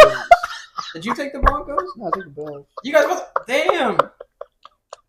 You just can't. If you put any kind of faith in anything that the Bills are doing this year. I know, I'm stupid. Where's my dunce cap? God. Oh my God. All right. Now let's actually get into the. How many? Oh shit! I got 1, 2, 3, 4, 5, 6, 9 and 5, 7, 8, making the playoffs. Fuck! I got 8 games right. 11-3. So I'm gonna hit the. I can't gamble here, but if these money lines would have hit, we would have been. And then I got 1, 2, 3, 4, 5. So I'm 8-5. Fuck. That is tough. Okay. All right. So then we'll get into the games. I'll make it quick. Panthers, Bears. What a interesting Thursday night game. It was actually pretty close. Contrary to popular belief, Bryce Young had 185 yards passing, no touchdowns, no picks. Their leading wide receiver was Adam Thielen with 42 receiving yards, no touchdowns. That game was a little boring. Yeah. Bajent threw 162, no touchdowns, no picks. Wow. Okay. Devontae Foreman had 80 yards rushing with 1 touchdown, and their leading receiver was both DJ Moore and Cole Kmet. Yeah, that was a game that you nap to, and you'd be like, "Oh crap, this game's still on." Oh, I'm stupid. That was one of those, like, I thought maybe this was going to be an entertaining game, like the Commanders-Bears game earlier this year. Yeah. Super fun to watch. This one, not at all. Yeah. Then we have the mid-Indianapolis Colts versus the New England Mids. Okay. That's how you feel. Gardner Minshew threw for 194, 1 interception. Jonathan Taylor had 1 rushing touchdown for 70 yards rushing, and Michael Pittman had 8 catches, 84 yards. Ronnie already knows his stats. Both quarterbacks threw a pick. Matt threw for 170. Ramondre Stevenson had 88 yards on the ground, and their leading wide receiver was Demario Douglas. Wow, that is crazy. Mike Gesicki showed up to work today with 2 catches. Should have been 3. He got short balled. Juju showed up to work today for 1 catch for 9 yards. And so my takeaway from the game, actually, I'm being rude. I'll let you start off, Ronnie. There's not a lot to talk about. I don't want to spend a lot of time on this because it's just like at this point, a lot of poop. Yeah. Neither team played well at all. 100% no. There was a very just bad game. Yeah. And I just don't know where to start. I mean, it's just there's nowhere to start really. There's nowhere to start anymore. I think actually let's talk about that last drive. Okay, yeah. So we talk about the Zappy drive. We talk about the Jones drive. So Matt got benched. Yes. You guys literally, it's so crazy because Matt got benched. Y'all had 3 timeouts, and you literally had a chance to win, which was crazy. So there was a chance to win, and it just stunk. A mess. Let's go through the drive, right? Okay. So, no, y'all didn't have timeouts. I guess that's why I kept spiking it. We had timeouts when after Jones did the pick. They had timeouts, so they burned them all. They got the ball back. Right. They started at the 20, 25. Yeah, y'all was way back there. Got to midfield. Mm-hmm. And then spike the fake spike into the pick. And I agreed with you fully when they showed it from the scrimmage line. I saw the read. Yeah, I saw it was a right read, but the route was just... The route was bad, and Zappy's arm... was just... If you watch his film at Western Kentucky, too, it blows my mind. He has a cannon. He had a cannon. Right. But some of those balls just stayed up. Right. So long, and that's exactly what happened. Yeah. If there was a little more zip, and I think if the window maybe didn't close so quickly. Right.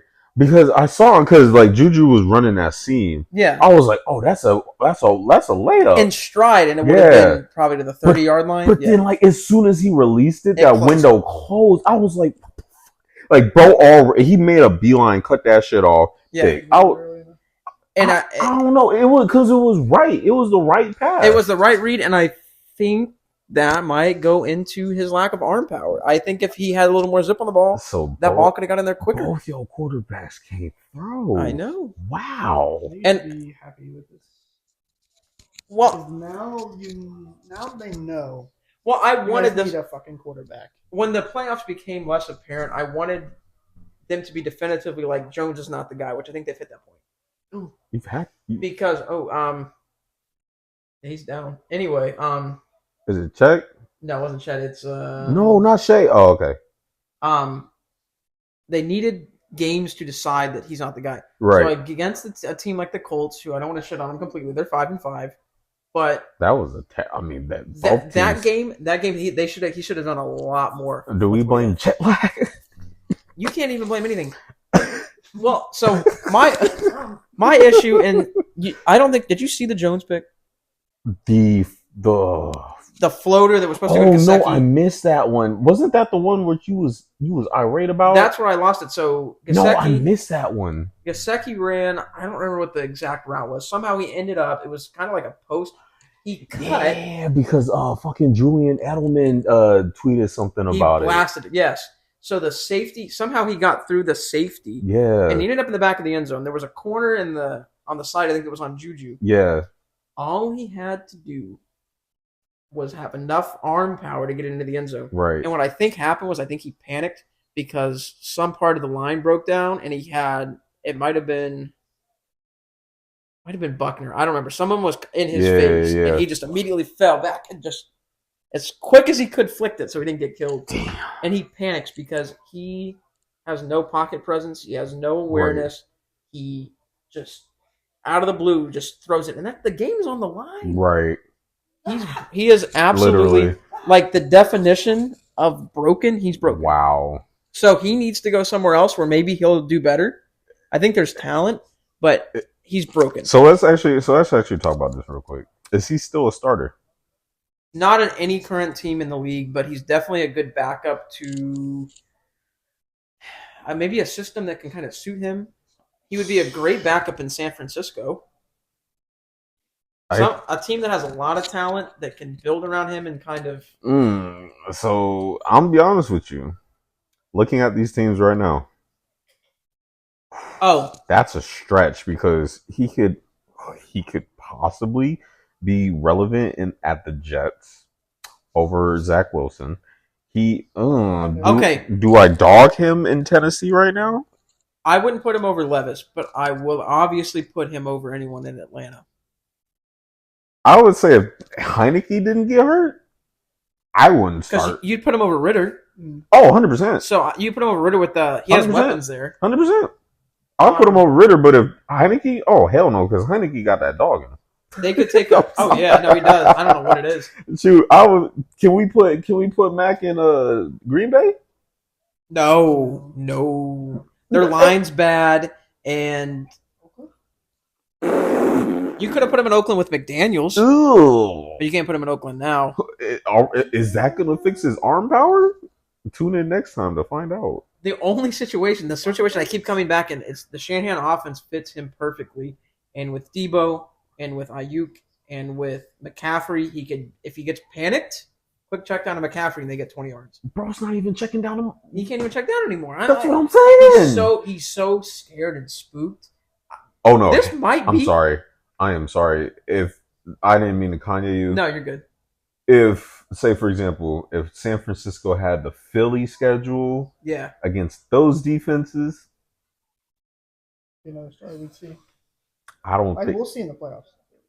No, I'm just saying, like, if we put Mac in that system against that defense and he's still having those issues, I don't think that he would last. He's going to get another shot because I don't think there's a big enough sample size for someone to just completely... He's not going to, not play. He's going to go somewhere. And he had a good rookie year. Right. But also, you had one good year and you've regressed severely every single year after that. I got $10. Y'all keep him and y'all draft a quarterback and start the quarterback over him. That could be it too, but then at that point, I feel like you're just treading water because now he's even worse because you're you just picked a quarterback. Right. It's going to replace me. Yeah. He's done. I feel bad for him to an extent just because his mental is. But y'all not even going to keep Bro as he is now. So it's I don't know. Because they keep saying, well, let's put an O-line around him and then when he has time to throw, he still can't throw. Ooh, it is so over. That is real. So done. And then you killed. If he had this much confidence left, it's down to 0 now because you benched him against the Colts. Well, he did also sit. I'm pretty sure he sit last season. Yeah, he did sit last season. So that was the issue too, because remember he got hurt. Zappy came in. We all loved Zappy, and then he came back and sucked. I'm gonna be honest with you, dog.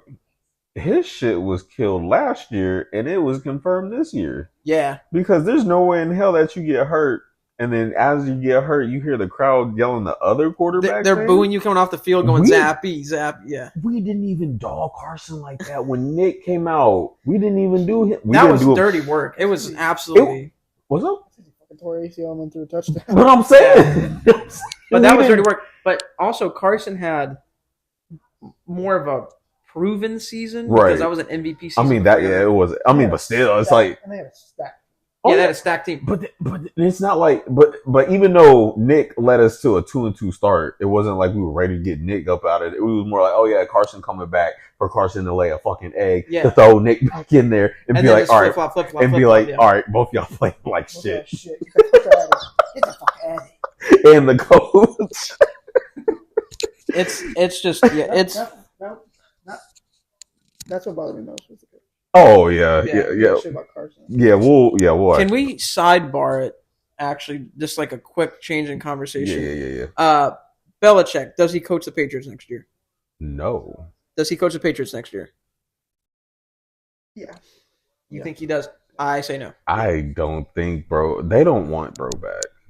They don't. And I honestly believe, for as much of a Patriot way locker room guy is, I think he's lost the locker room. Oh, 100%. Because you couldn't keep Jack Jones under wraps. J.C. Jackson's losing his mind. Mm-hmm. Mac is sad. Oh, bro, that team is imploding right in front of us. Mm-hmm. I can only imagine how. Someone said what? I can only imagine how that locker room is after a loss. Someone said if Aaron Hernandez was here, he would have definitely done something about Mac. Oh my god! Then I don't remember what the meme was, but it was like the most outlandish reaction. No, they're like, imagine if Aaron Hernandez was here, he would have done something about Mac. Not on stream. That's wild. Oh yeah, that is. Would have coached him better. Yeah, he would have taken him aside. Bro, come hang out at the nightclub with me. Come here, yeah. Yeah. I want to meet you. I want to introduce you to my friends. Yeah, bro may have not came Mafia back. leader. No, probably not. Good God. So we're gonna move on to the next game. That's it. Thank God they don't play this thing up week. God. Oh yeah, it was rough not seeing Philly play. I had no purpose for life. I didn't watch a lot of games. I'm gonna be really honest. I watched it just to replace my football fix, but I did not see a lot of games. So the Browns Ravens game was actually pretty close. It was ended Browns winning by 2. Deshaun Watson threw for 213, 1 touchdown, 1 pick. Jerome Ford had a good game on the ground, 17 carries, 107 on the ground. Kareem Hunt had a rushing touchdown for 32 yards. Their leading receiver was both Amari Cooper and David Njoku, and Elijah Moore had a receiving touchdown. Lamar Jackson threw for 2 picks, but had 1 touchdown for 223.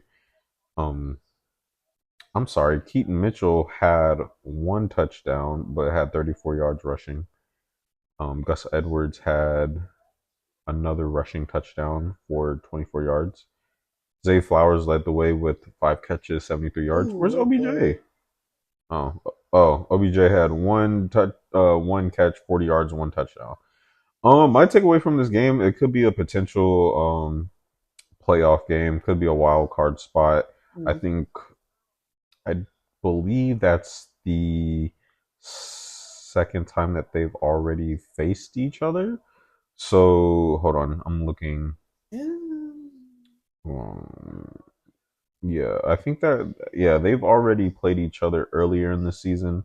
Who won the first time? I believe the Ravens did. Yeah, the Ravens won. So they split the season series already at 1 apiece. Yeah, they split the season series.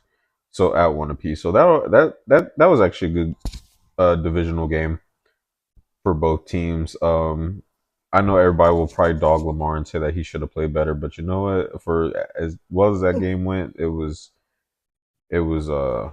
justified. The Packers and Steelers game. Jordan Love threw for 289, 2 touchdowns, 2 picks. Actually, probably his better games that he's had. Leading the way for Green Bay, Jaden Reed, 5 catches, 84 yards, and a touchdown. And Romeo Doubs also had a receiving touchdown. For the Steelers, Kenny Pickett had a below-average game, as usual. Jalen Warren and Najee Harris both have rushing touchdowns. And Mike Tomlin said that moving forward, that Jalen Warren will be the starting running back. It only took you 10 weeks to say that, but hey, better late than never.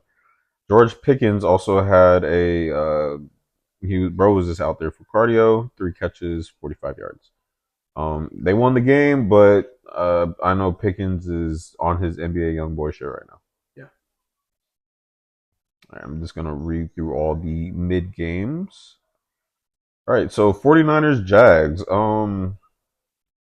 I'm sure Jaguars fans was hoping for more than 3 points, but I mean, hey, you're 6-3, so Trevor Lawrence plays shit. That was disgusting. Yeah.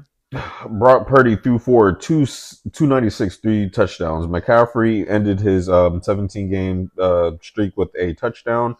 Would have helped me out a little bit more in fantasy, but hey, it doesn't matter how it is what it is. Debo had in his return, he had a rushing touchdown. I guess they started remembering that they could run reversals without or with Debo. But it is what it is. George Kittle led the way with 116 yards and a touchdown. Brandon Ayuk also had a rushing touchdown, and Kuzjak also had a receiving touchdown as well. I know I pronounced his name wrong. I'm sorry. T-Law, bro had 185, 2 picks. Rushing game got locked the fuck up. But the only bright light in this is that Captain Kirk had 6 receptions, 104 yards. Again. So Calvin really didn't do anything. Calvin Ridley has continued to not do anything. He is missing. He might be gambling. We might have to check it out. No, I'm sorry. I'm not gonna blame it on him. Are we? Let's just throw it out there. Let's have the conversation. Where are we at with Trevor Lawrence? He's inconsistent. He's not taking the steps. Inconsistent. He's not taking the proper steps. He's trending backwards again. Yeah. I haven't seen anything from him this year that makes me say that he was worth the number 1 overall pick. He was worth the number 1 pick. I just think that is it a Carson Wentz situation? Is it Dougie P? I don't know what it is. It's something to do with him. Is it the offense? Is it the system? It's not the offense, because that's a good offense, and it is inconsistency. He's played well in that offense. Yeah. They have weapons for him. Is it the OCs? Is it QB performance? It's Trevor Lawrence. Ooh, so is he just showing his true colors? He is, because I'm not trying to say that he's going to be a bad quarterback. No. He's definitely going to be like long-term longevity, but he's not going to hit the ceiling that he should have. Right.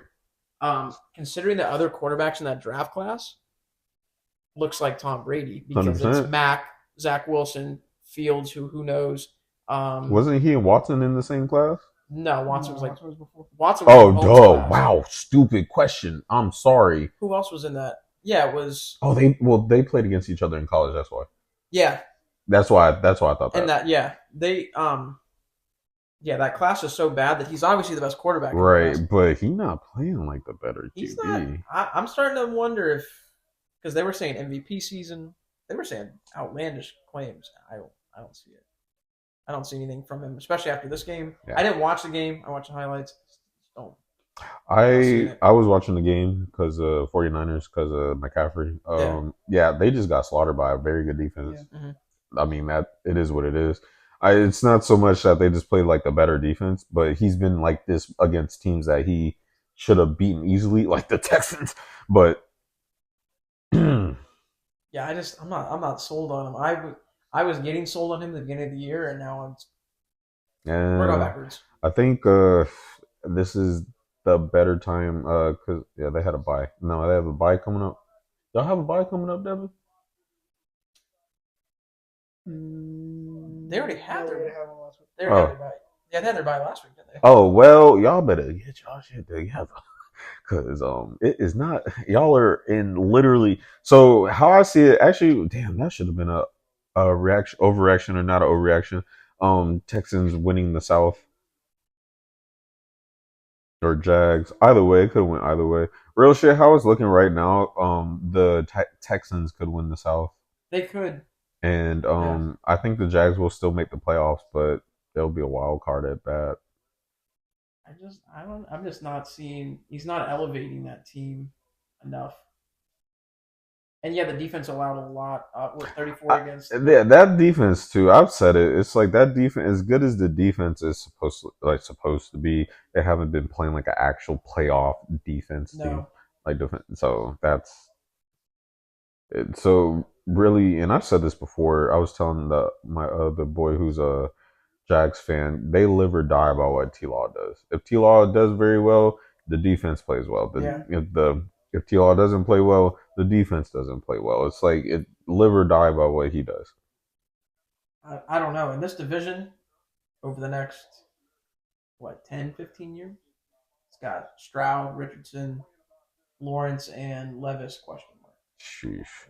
Or if they make a steal and get a playoff QB, something. Yeah. Or if they amp up that offense. I think it's going to be a three-headed monster. I think Tennessee's going to fall back because Henry's going to be gone.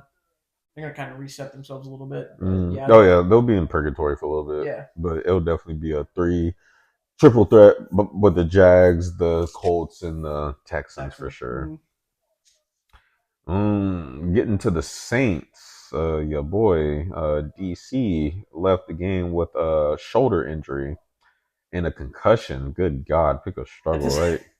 And he had the AC joint in his elbow or shoulder. Yeah, shoulder. Yeah, so he left from that and a concussion too. Yeah, which has been lingering. Yeah, he's limping to the finish line. But Jameis came back threw 122, 2 touchdowns, 2 picks. Good Lord. Man, it doesn't matter. This man is an interception throwing machine. If bro was still relevant and Josh Allen, good God. His arm is a blessing and a curse. It is insane, though. I don't think he can sling it, but yeah, it's never done him well, ever. Chris, do you know who I am? I play for the Saints. Yeah. Had had a receiving touchdown as well as A.T. Perry. Joshua I'm him Dobbs, who got lost on his way to the locker room, had 268, 1 touchdown. Ty Chandler and Joshua Dobbs also had a rushing touchdown, and TJ Hawkinson had a receiving touchdown with 11 receptions and 134 yards receiving. So, as we all know, with this game, when Justin Jefferson comes back, this team will be crazy to watch. And I think this will also show that this is what it looks like without Kirk Cousins. So we'll definitely talk about that here soon. The playoff game, the Texans versus the Bengals. CJ Stroud threw for 356, 1 touchdown, 1 pick. Devin Singletary finally had a good game since the Buffalo Bills. 30 carries, 150 on the ground, 1 touchdown. CJ Stroud also had a rushing touchdown. Noah Brown led the way with 7 receptions, 172 yards. Receiving, Tank Dell had a receiving touchdown. The Bengals, Joe Shiesty had 347 through the air, 2 touchdowns, 2 picks. Damn, running game been dead for y'all, bro. I have not seen Mixon with a over 100-yard game since I don't know when. There might be a Mixon issue. Well, it's the running game, but it's their O line. Their O line built. Yeah, the O line's been abysmal. A little mixture of everything. But bro had a rushing touch. Well, no freaking wonder why. Bro gets 11 carries, but y'all got Burrow throwing the ball 40 times. You know, yeah. Again, that's a topic for another day. Jamar Chase, 124 through the air, 1 touchdown. Tyler Boyd, 8 receptions, 117, no touchdowns. Where is who's the other one? Boyd, Chase. Well, Trent Irwin got a touchdown this week. Yeah, I saw. Yeah, Chase, Higgins, Boyd. Higgins. T. Higgins was hurt this week. Okay, that's why. I was like, yo, what the fuck? Okay, so that's why. Okay. We were actually we were already talking about this game earlier. Playoff potential. This is really what put CJ in the conversation for QB of the year and rookie. Well, already rookie of the year. But yeah, this was actually a very good game. I would have rather had this on a fucking Monday or Sunday than the shit that we already saw. Nice Sunday game. Oh, absolutely. So they haven't used their flex for any of these games. I can think they're just like people are gonna watch it. Deal with it. Yeah. Basically, is what they're saying. Yeah. The Titans versus the Bucks. If you could honestly Google the definition of mid in this game would pop up. Will Levis had 199 through the air, 1 interception. Derrick Henry, bro, had 24 yards. He was just out there for cardio. Yep. Their leading receiver, boy, what? Tyjae Spears? Who are these light-skinned names, bro? Anyways, bro had 42 receptions. He led the way with 4 catches. I don't know these names. I genuinely feel like I'm just either slow or stupid or I'm getting old.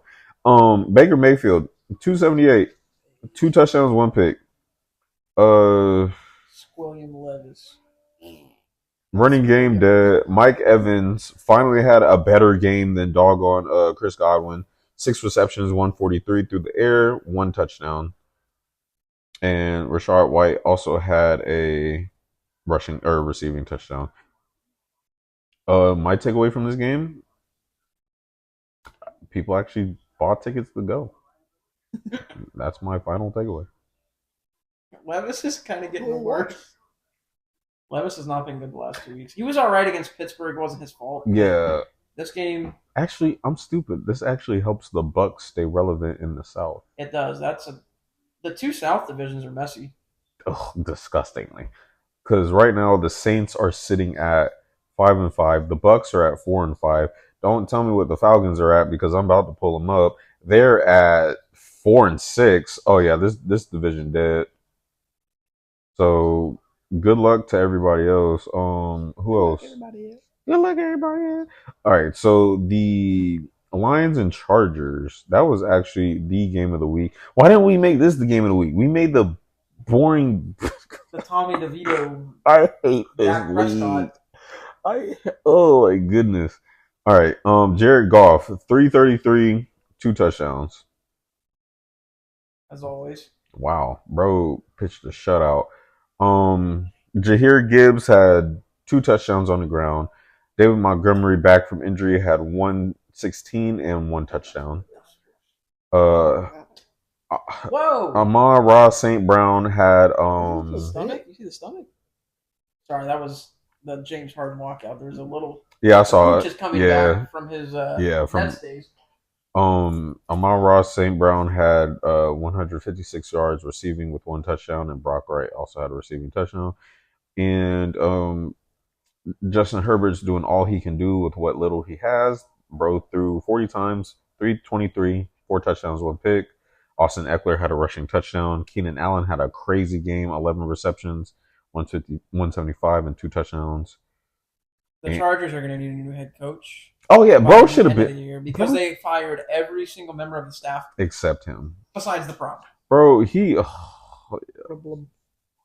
They blew. What was the lead against Jacksonville? Was it 28, 29 points? And they said, yeah, the offensive coordinator is the problem, the defensive coordinator is the problem, the special team coach is the problem, the line coach is the problem, but not Brandon Staley. Yeah. Don't believe it at all. So I'm about to read off these stats, y'all, and y'all are gonna wonder how this game was this close. The Falcons-Cardinals game. Oh yeah. So Tyler Heinicke, before he got hurt, had 55 throwing yards and 1 touchdown. Ritter had 39 throwing yards, and that was it. And they scored 23. And they scored 23 points. Bijan Robinson had a rushing touchdown, and Desmond Ritter also had a rushing touchdown. So there's your 3 touchdowns right there. Kyle Pitts, we love you. We're sorry. Yeah, Kyle Pitts was out there for cardio. Drake was out there for cardio. Drake, yeah. Wow. Van Jefferson finally showed up on the stat sheet. I totally forgot they traded you for nickels and pennies. Kyler Murray in his first game back threw a pick. It's okay. They won. I mean, but had 249 through the air, but Kyler Murray had a rushing touchdown. That what was it, fourth down play? You see the overhead cam? Beautiful. They're yeah. They're doing like a dome cam, so it showed him. Yep. Someone said he runs like a toddler that stole something from his mom. Yeah, I can't unsee it. He's like really fast. Yeah, I can't unsee it. He's so small, and he just like starts moving, but he can move. Yeah, so I give him credit. Yeah, I can't. Ever since that dropped, I can't unsee it. No. Trey McBride led the way with 8 receptions, 131 through the air. And actually, I'm sorry, I take that last comment back. This game was mid. Sorry. Yeah. Sorry. Yeah, I'm just going through these games. I'm trying to get through. Oh God, the Tommy DeVito game. Ugh. TD. Ugh. Love that guy. And you know what? I saw a stat that he already has more touchdowns than Daniel Jones. Yeah. You know, so did you see the? Oh, remember we were gonna talk about that? Yeah. Living at home. Oh, yeah. So isn't I can. Don't you diss him? Sorry. So I can't. My still makes my dad. I can understand that because isn't bro what like still early 20s? He's like 23, 24. And he was the third string quarterback. Technically coming into the year. So I get undrafted. That. Maybe it's just the way when I read it how it came off. It was just like bro was just electing to stay with his folks. But it's like I get it because I'm pretty sure his game checks are like not even crazy enough. That what is an undrafted contract? Is it like 1 year, $700? None of it's guaranteed. Nah, bro. Yeah. What is he gonna do? Live in an apartment? And they are getting taxed for their game checks too. So bro is probably making like 4,000 or 3,000, maybe. I don't know. Yeah. After tax. I don't know how their pay plan is when he's that far down the depth chart. Now he's playing, so you might have incentives. I don't know. Well, I know he's still getting the fuck tax out of him, but bro threw for 86 yards. But he had 2 touchdowns and a pick. Saquon is out there for cardio. I don't know why bro fought so hard to get back on his team, bro. You should let you go. They are such a mess. I don't even know where to start. They're just top to bottom. And Darren Waller thought that this team was a good idea. Well, Dak Prescott. The Josh McDaniels effect. For real. Yeah. Dak Prescott threw for 404, 4 touchdowns, 1 pick. Cooper Rush actually entered the game in garbage time and managed to throw a pick. But Trey Lance is third on the depth chart. Okay. Jesus Christ. That man is collecting checks and not playing a single game. Correct. 3 people on this rushing team scored a touchdown. CeeDee Lamb actually scored a rushing touchdown. Look who did not score a rushing touchdown. Tony Pollard. Exactly. It's over. It's Jover. He's cooked. He's also my running back. I know, right? Huh? He's also my running back. And what has he done for you this year? Jack Squabble? Yeah, that's about it. Brandon Cooks had a crazy game since his Texan days. 9 receptions, 173 through receiving, 1 touchdown. Damn, I didn't know he was that. CeeDee Lamb had 11 catches, 151, 1 touchdown. Michael Gallup actually had a receiving touchdown. Ferguson had a receiving touchdown. So, yeah, this was game of the week. I don't know what the NFL is smoking, but sure. Yeah.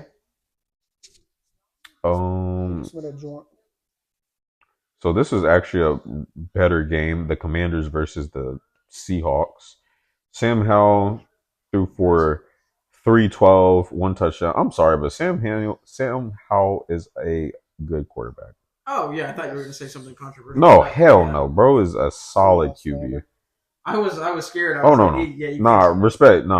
Now, would you say he's a very good quarterback, or is it the Eric Bieniemy Chiefs offense effect? Because we did mention that in the chat. That Mahomes is kind of struggling this year in that offense, and then Bieniemy goes to. If you put it that way, then I gotta leave it up to the coach. the offensive play calling is suiting different. well. But I mean, they have the talent in Washington, so They it do. suits them. They do, and like Sam Howell got put into a good position. Right. He has. Then it might just be the coach. Then if you put it like that, Because I'm looking at it and I'm like, yeah, Sam Howell's good. Like he makes good reads. right. He's talented, but that offensive play calling. Definitely. Good point. Good You, point. you took him out of Kansas City and Yep. Mahomes is in. And you see, yeah, okay, so good point. Yeah. So I would definitely say the Eric Bieniemy. Don't want to take credit away from Sam Howell. Oh no, because like you said, but yeah, I think it's a lot just of that's the offensive play calling. I mean, but wow, like this couldn't have happened. Like you couldn't have pictured it any better for Washington. No, absolutely not. At this point, I mean, even though they're 4-6, I mean, it's looking ahead to the future. Like, they've looked ahead of the future a lot, but they definitely they can set themselves up now. Right. Yeah. Brian Robinson Jr. had 6 receptions, 119, 1 touchdown. Antonio Gibson, who I started, had a receiving touchdown. Thank God. Who the fuck? I'm not even going to try and attempt to read your name. Seattle. Gino had 369, 2 touchdowns. Kenneth Walker did not have a rushing touchdown. I'm sure fantasy owners are punching the air, thinking they were gonna. K9 is not. Yeah, he's not doing it. DK led the way, 7 receptions, 98 yards, no touchdowns. Tyler Lockett had a receiving touchdowns off of 92 yards. Kenneth Walker had a receiving touchdown, but not a rushing touchdown. You see the thing after the game too? Logan Thomas came up to DK. Yep.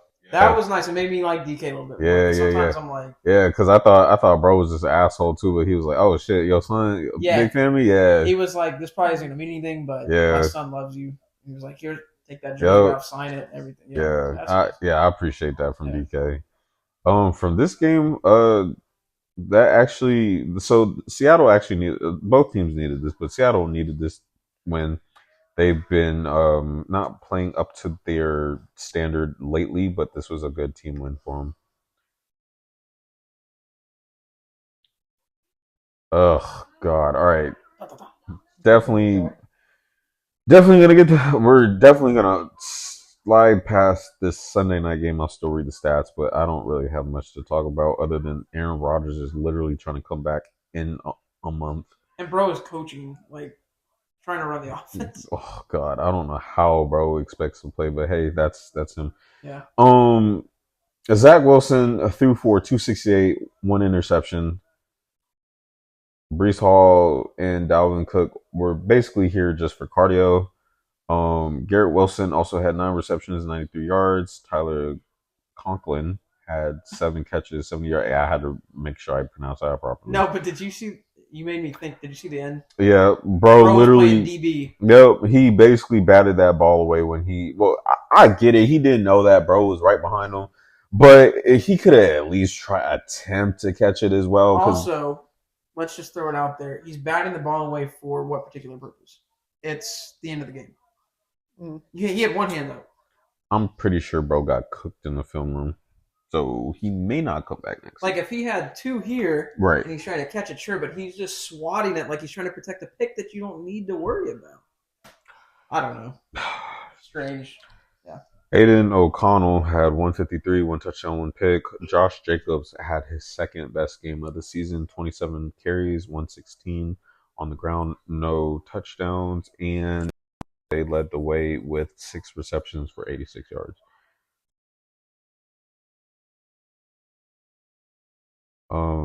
Again, the only takeaway from this game is that unfortunately it was a Sunday night game, and Aaron Rodgers is coming back in a month.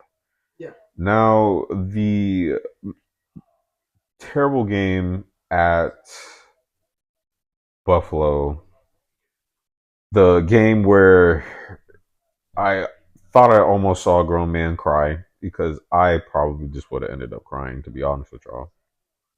The Broncos versus the Bills. We're definitely going to get into this game. First, I'll read the stats. Russell Wilson had 193, 2 touchdowns.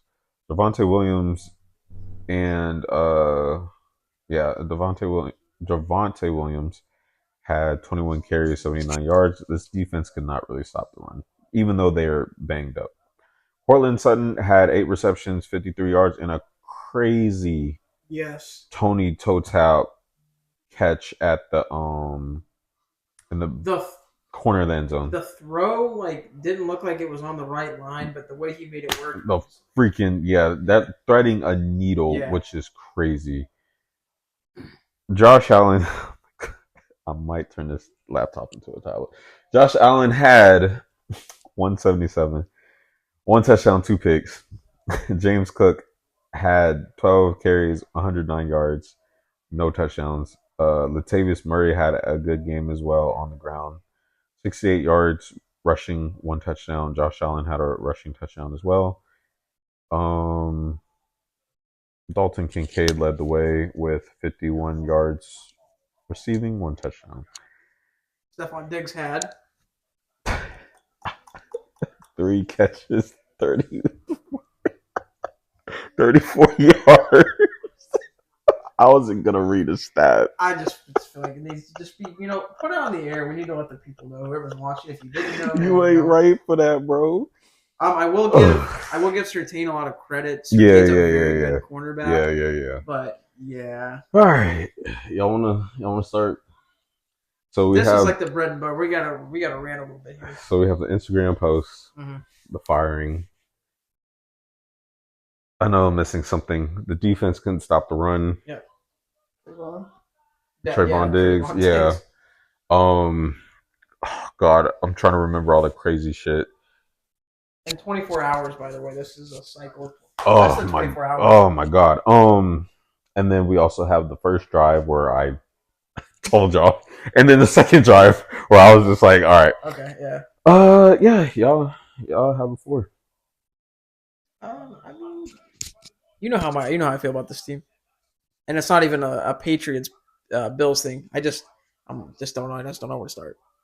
I don't know what they do. It's like week in and week out, and I want to say something very controversial. Y'all might look at me sideways. Josh Allen gets take this how you will. Josh Allen gets way too much leeway when a quarterback like Lamar Jackson. Oh no, you were spitting. No, go ahead. No, you cooking. Go ahead. All that flat for the same thing. Yes, finally. Yes, bro, you were cooking. No, that is the truth. I genuinely wonder. Because they were dogging the fuck out of Russell Wilson last year. But we still do not, Josh Allen does not get a fraction of what any other quarterback gets. Nope. And it's, again, I'll imply it how you want to, but it's been a trend for years. It's the same thing.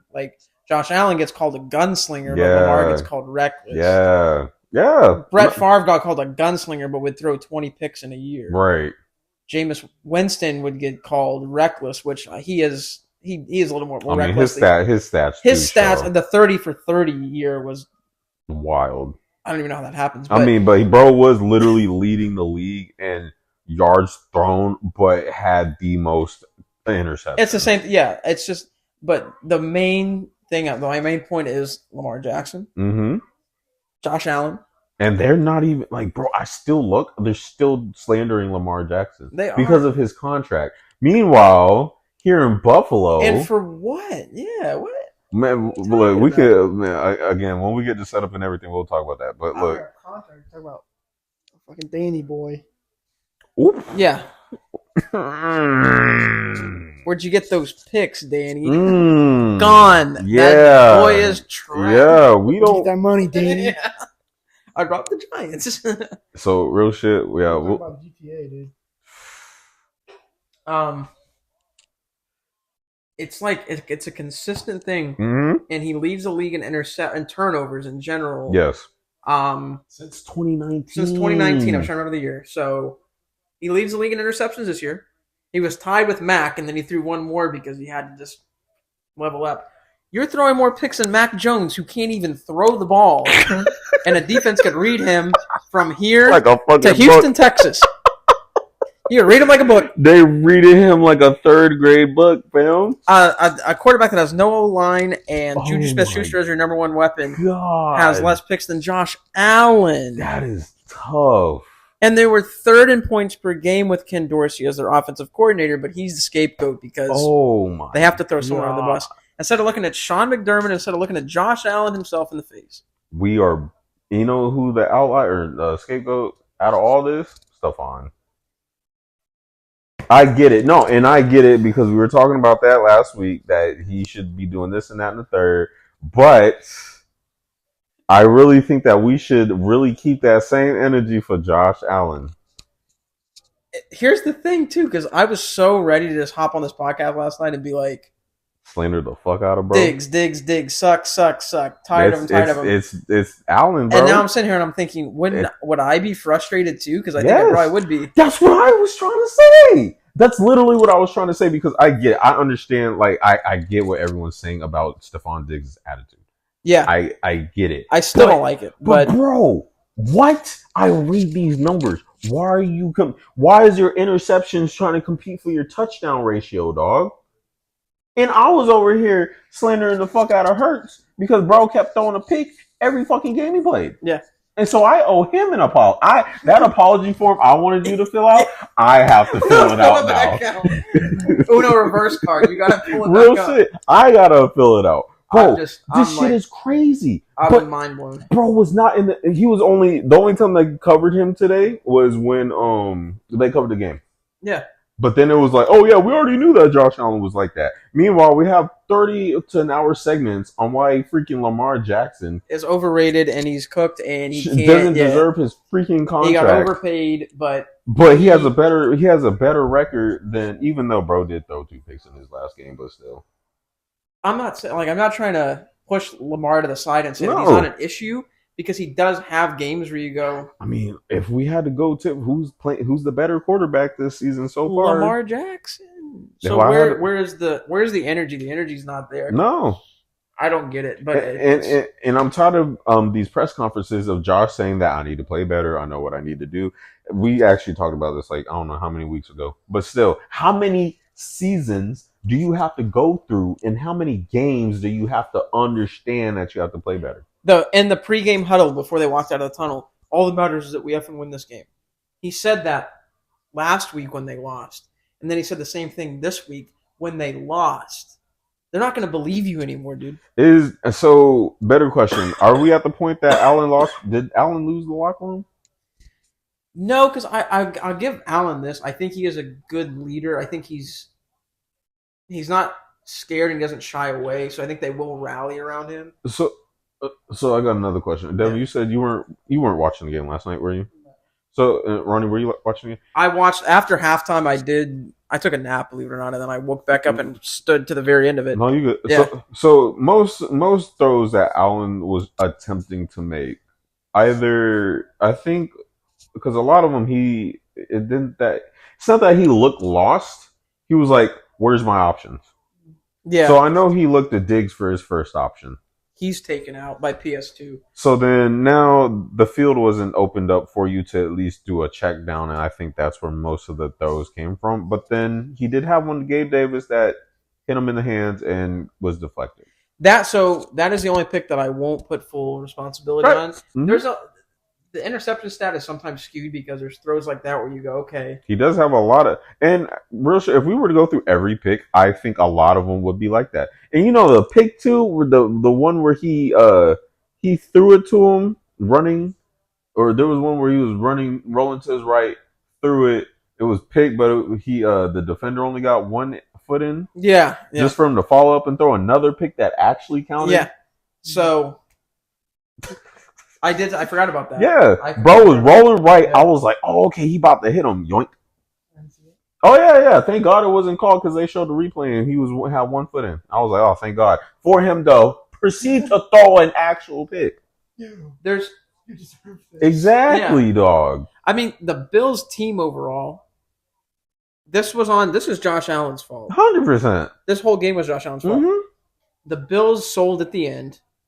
The PI call. Mm-hmm. Oh, you get a PI call. Jerry Jeudy is not even going to catch that ball, and he's just... Yo, I totally forgot about all of that. Yeah, so How about the field goal? The 12-man Well, on the field? So the 12-man, and then... So the PI call set up the field goal, and the Broncos almost sold that game, too, because they couldn't clock manage. Yeah. Russell Wilson, remember, he hiked it, and then he immediately special teams comes on. Lutz had no time to set himself up. He had to kick it before the game ended. Yeah. And there's 12 men on the field. So okay, let's take the blame off Josh Allen for a second. Whose fault is that? That's not Ken Dorsey's fault. No. That's your head coach. Mm-hmm. But Ken Dorsey took the fault. He was the closest guy to the fall guy, I guess. It's not the head coach. Right. Yeah. And it's been consistent with Sean McDermott too. They're starting to kind of wake up and realize, okay, he needs to get up out of there. Mm-hmm. But yeah, the Bills. But we like him so much because he stood by our guys, and look what he's done. And he's an actual team guy who actually cares. Damn, bro, sleeping on me. I don't buy that anymore. It's the same thing with like someone said, oh, the Patriot way is going to die with Belichick. Maybe it should. Yeah. They just Bill. There's just like so many like, and then the DeMar Hamlin thing. They're so wrapped up on that. Oh my god! If I see one more thing about that, I was disgusted when bro made the actual roster. No, I'm not on camera. Definitely not on camera. I will tell you. After this. Yes, bro. We will get taken down if I say that on camera. I am like all for. So glad he survived. That was definitely something that like. Yeah. Yes. Yo. No, I can't say that. Bro, yeah, don't say nothing. Can't say that. No, we're good. Yeah, don't say nothing. Moving on. No. It was just about how happy that Sean is that everything's good now. I thought I said messed up stuff. Nah. Bro. The worst thing I said was the DeMar ambulance. Jesus that was the Christ. The DeMar ambulance. No. It's gone. They took it down. Because there were 250 memes about it. Okay, are you ready for this? Mm-hmm. I'm gonna get flack for this. If he wins comeback player of the year, I'm gonna buy a computer and break it into a tablet. Why don't you buy one and give it to him and then you can break down? We'll do that. I'll take the Eagle stickers off and we'll move them. But I'll buy you a new one. He's played one defensive snap the whole year if he wins the. Well, that's what we're doing. Well, I would assume Rodgers if he comes back. You have to. Oh yeah, automatic. At 39 years old. Automatically. If he comes back, they go to the playoffs or something crazy. Automatically. Yeah. Oh my goodness. That would be like if that's the two comparisons, like it's DeMar or it's Aaron Rodgers coming back from a torn Achilles in the same year. Are you scared of him like tearing it again? I don't think he cares personally. I mean, I would think it's a risk, but he's gonna. Bro, that's such a risk. He's gonna play his risk. Bro, it's really a risk. That's why it's like because seeing that I went through that, and yet even though my recovery process didn't go like his, because for obvious reasons. Good job. Right. Spend every hour of every day. There's a different hour. Right, but it's like dog like. I can honestly say that suffering through that, it's definitely a mental thing. So I do not see how he could mentally just push that to the side and run. I mean, he honestly, it's doable for him to come back, but there's no way he can, there's no way I think that he can be under center taking snaps. I don't know. And running like he used to. Maybe with like a brace? Because Bryce Harper did it not a Achilles, but he did it with a Tommy John's. Right, but then Kobe came back a year afterwards. Kobe. You know? God, man. There's athletes like that. Like I said, it's the Brady, it's the Kobe, it's just the mentality. And I'm not saying, I'm not putting that past him. Mm-hmm. I'm not saying that he can't do it. I'm just saying, with that timeline, hell no. Here's my problem that I wanted to bring up is the Jets O-line is in shambles. And Rodgers can't move. Zach Wilson will get the ball. Line breaks down. Right. He rolls to the right or... He rolls to the right. It or usually doesn't hit well. Mm-hmm. But he can move. So Rodgers, I do agree. Not to the extent of what he used to. Definitely not. There's definitely an issue with that as far as because re-injury. Because really, I'm thinking that I can run, and then I start picking up a little bit of speed. And I'm like, I'm gonna not. So there's no, again, different people, different mentalities. I get it, but it's just, are you really past that part to where you can trust it, to where you can go like game speed on a stop, not stop on a dime, but game speed, roll out, roll both sides, and then stop, plant. Like, are you there? I mean, like it's going to come down to, are they still in playoff contention? Right. If they get to week, well, right now they're fine. Hold on, let me check the record just so we can. They're 4-5 right now. So and the AFC's pretty open. They are, they are second, but they're third, but they could be second, depending on how Buffalo does. So there was a scenario. I think it was Dolphins lose, Jets win their next 2 games. Mm-hmm. Then that Black Friday game that they're supposed to play would be for first in the AFC East between the Jets and the Dolphins. Okay. So it's wide open. So I do think if Rodgers, he can come back, but you're right, they got to get him up to game speed. I could see them being second, but then Buffalo would come back to attain that second spot. It's just, my thing is just like, again, thinking about it, like, is because we see him throwing, we see him like throwing the ball, doing this and that, but I mean, so when they play, because they play Buffalo at 4:25. So when we see Rodgers, when they clip away, because Rodgers will be there, we'll have to see if he starts running. That's my thing. Yeah, like, he can take all the snaps and he can throw and he can do that, but we have to see him run. That's my thing. Yeah. If he again stops, can he move? Can he motion? Can he do? Yeah. Can he drop back? Can he roll left? Can he roll right? Then we could be like, okay. But if he's just throwing, like, I could throw a football right now, but again, like, we had the same injury, but he's further along his process. Yeah. But like stuff like that, that's what we actually need to start watching.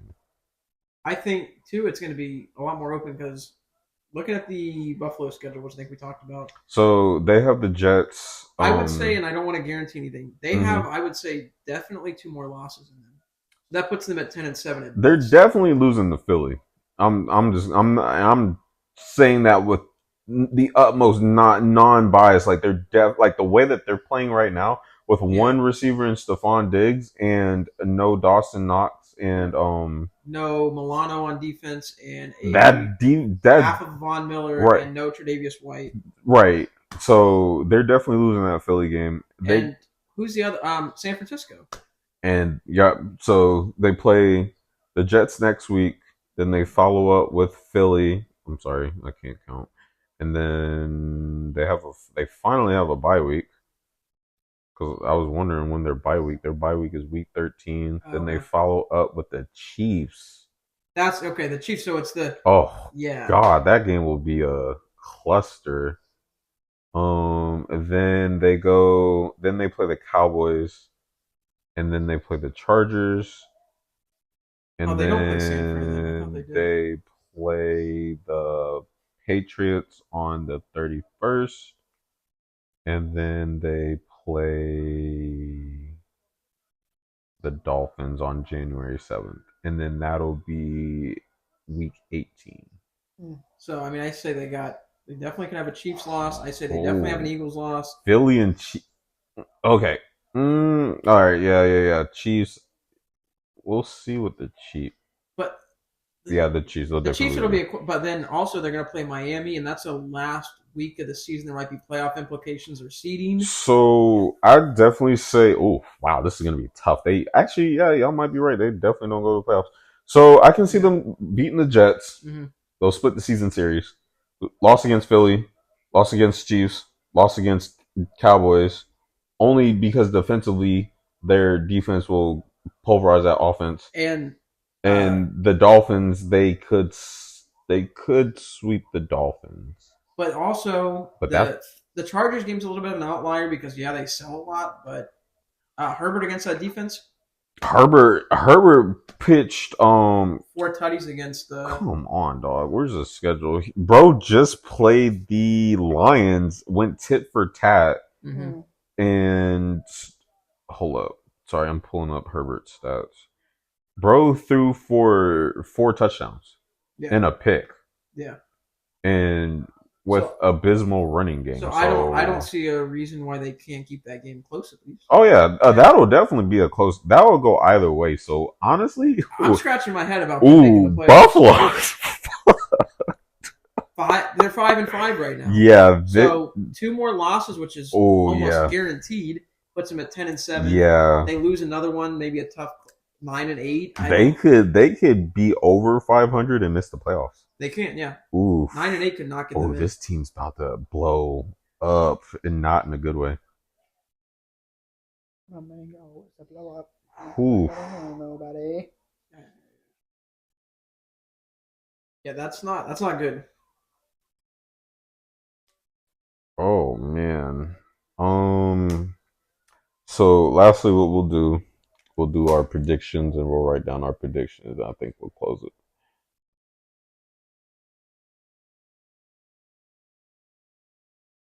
With the notes. My fault. I was making sure see if anybody else was commenting. Right. So, oops, crap. Clear this week. I'm mad I didn't come up with this. I'm mad I didn't come up with this sooner because then we could have had like the viewers also pick too. We could also get like so definitely we'll definitely do that moving forward. Okay. So Thursday night game, which will actually be again probably be better Thursday night games. I would say a very good game. Between the Bengals and Ravens, and the Ravens are at home. That one can go either way. Bengals.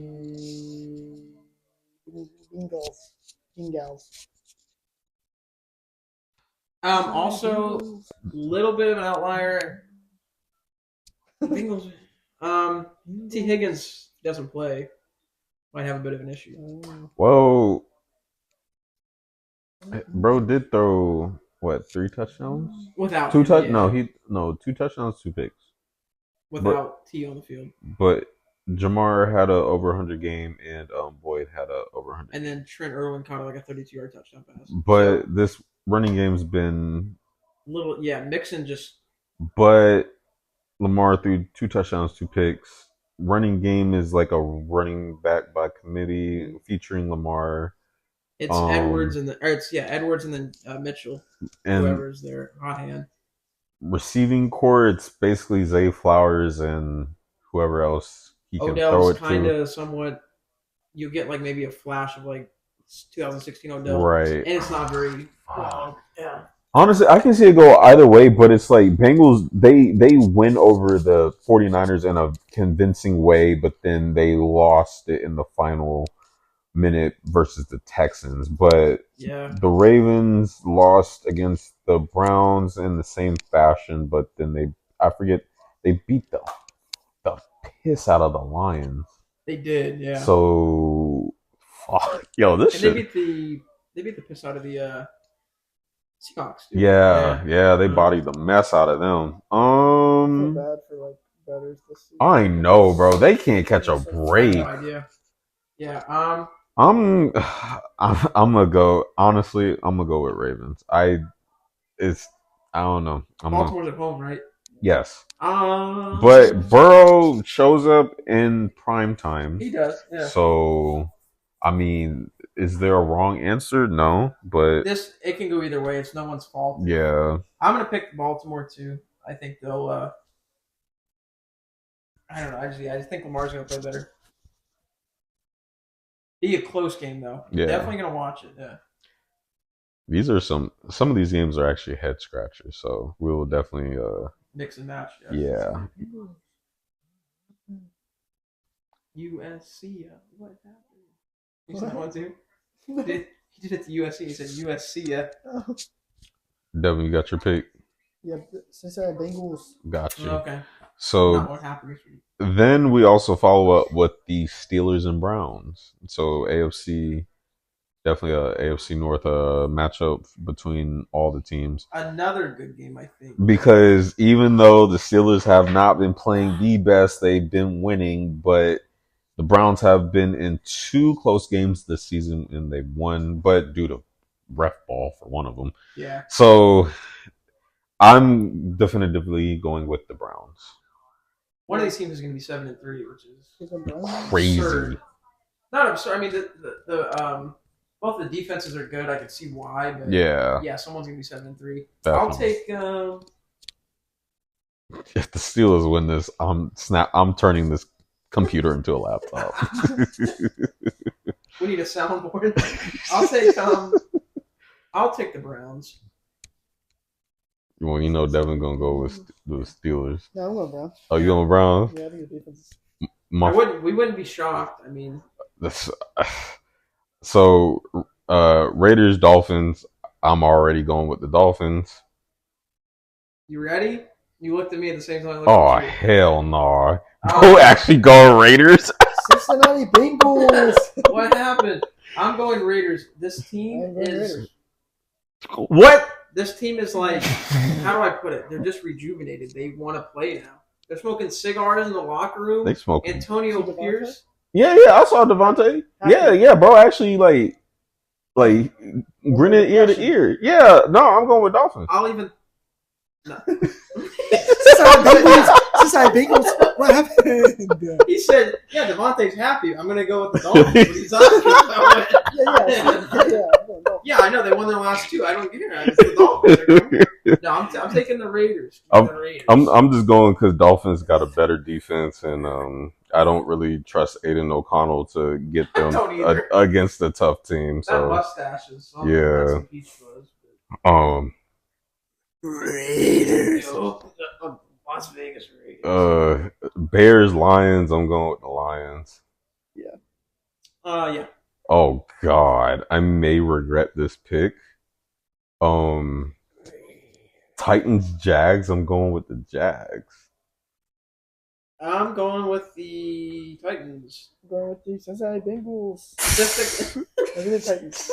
Statistically, Statistically, the Titans play better. Yeah. Yeah, I'm just gonna go with the Titans. Yeah. Cincinnati Bengals. No, you can't hear me anymore.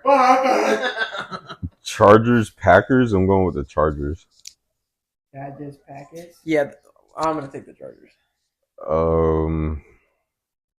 Cardinals, Texans. I'm going with the Cardinals. Texans.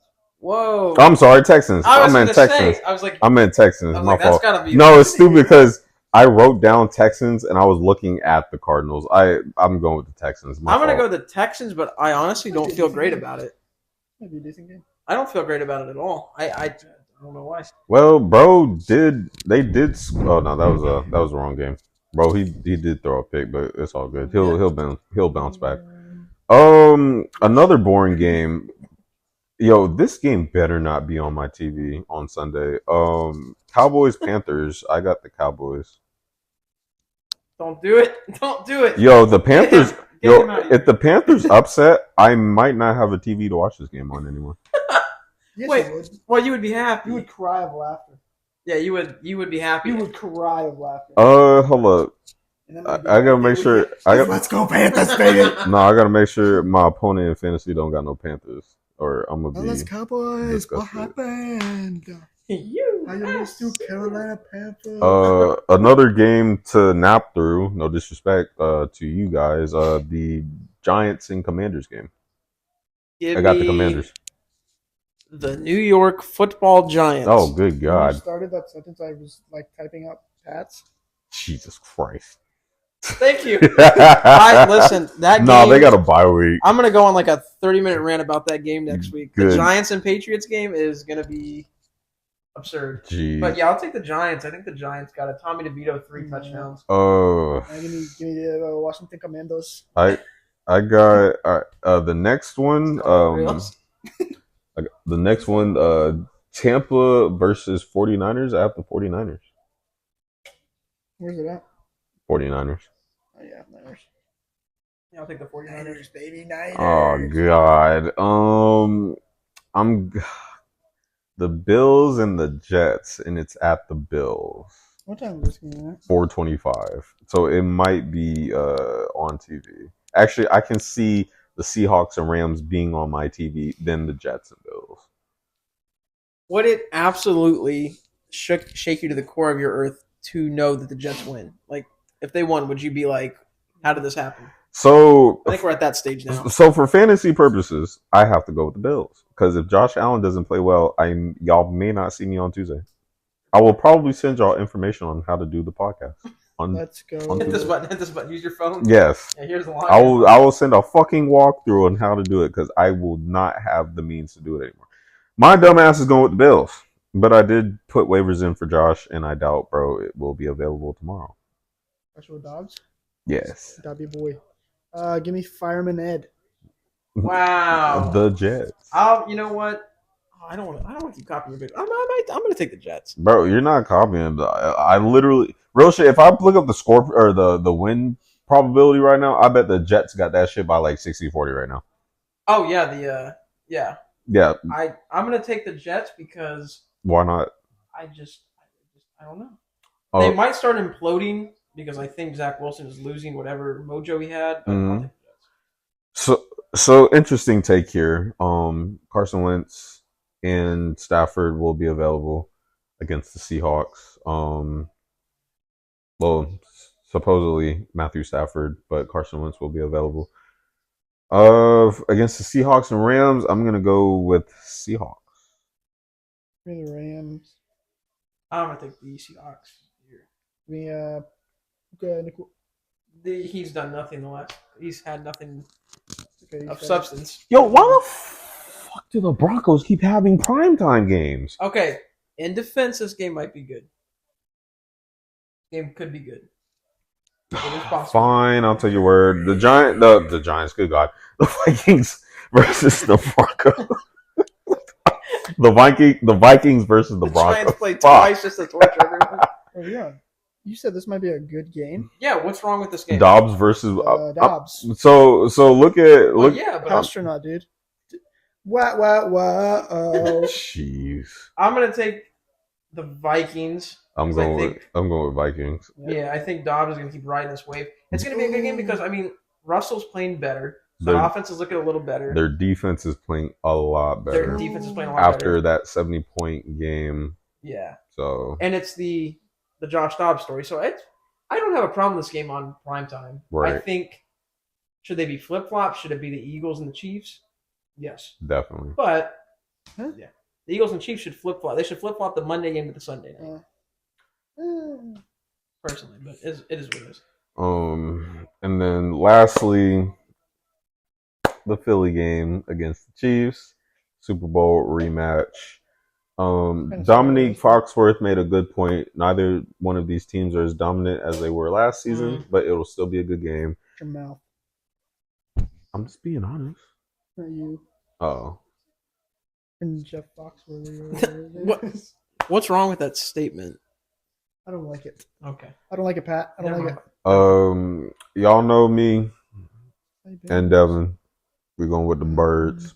I'm a little scared of this game. It's a Philly thing. What's up? I'm a little scared of this game. I don't like playing the Chiefs after a bye. I don't know why. Who would you rather play after a bye? I mean, because with our schedule, would you rather play Buffalo than Chiefs? Not the Chiefs, yeah. What? I'd rather be on a roll. The Chiefs.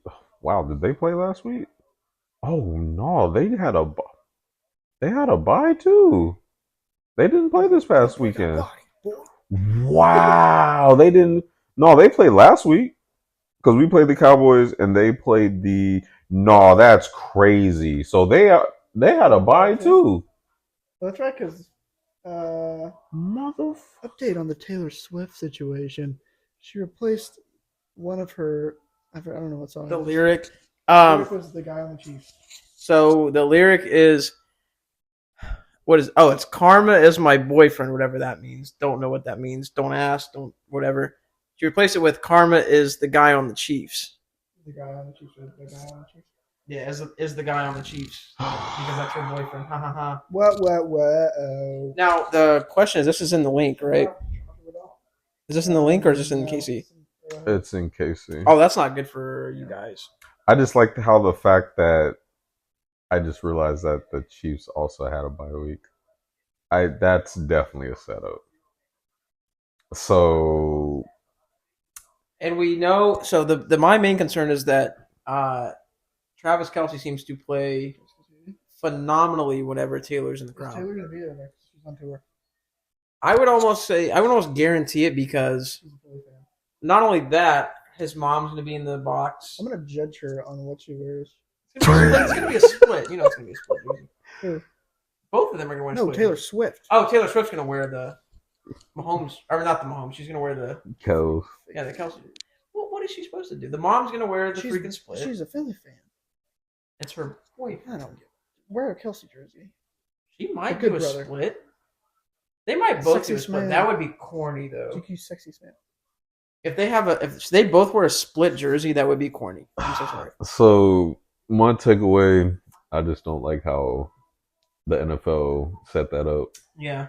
To where, because I for some reason I assumed that the Chiefs already had a bye week prior, so it's gonna be a good game regardless. I'm not worried, but if we lose, then I'm not surprised. We lose at this point.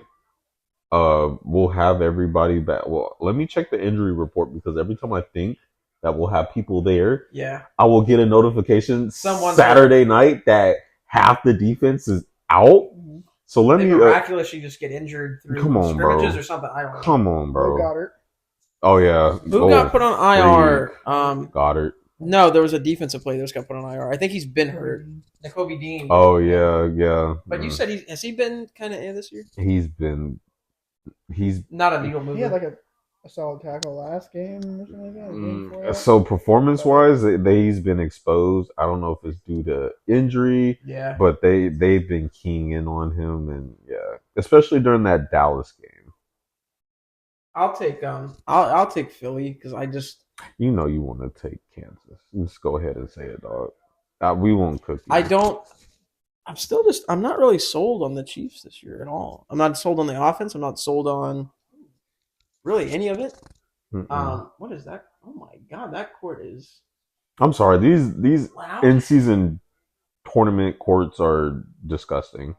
The Magic have a gray one at least. I'm not gonna lie. These look like stuff you would do on NBA 2K. Like you move a franchise or something and you create a court. And it's that. These aren't doing it for me. And the trophy is just a Larry O'Brien trophy with no basketball? No. Yeah. That's strange. It's corny. Okay. Yeah. I don't know.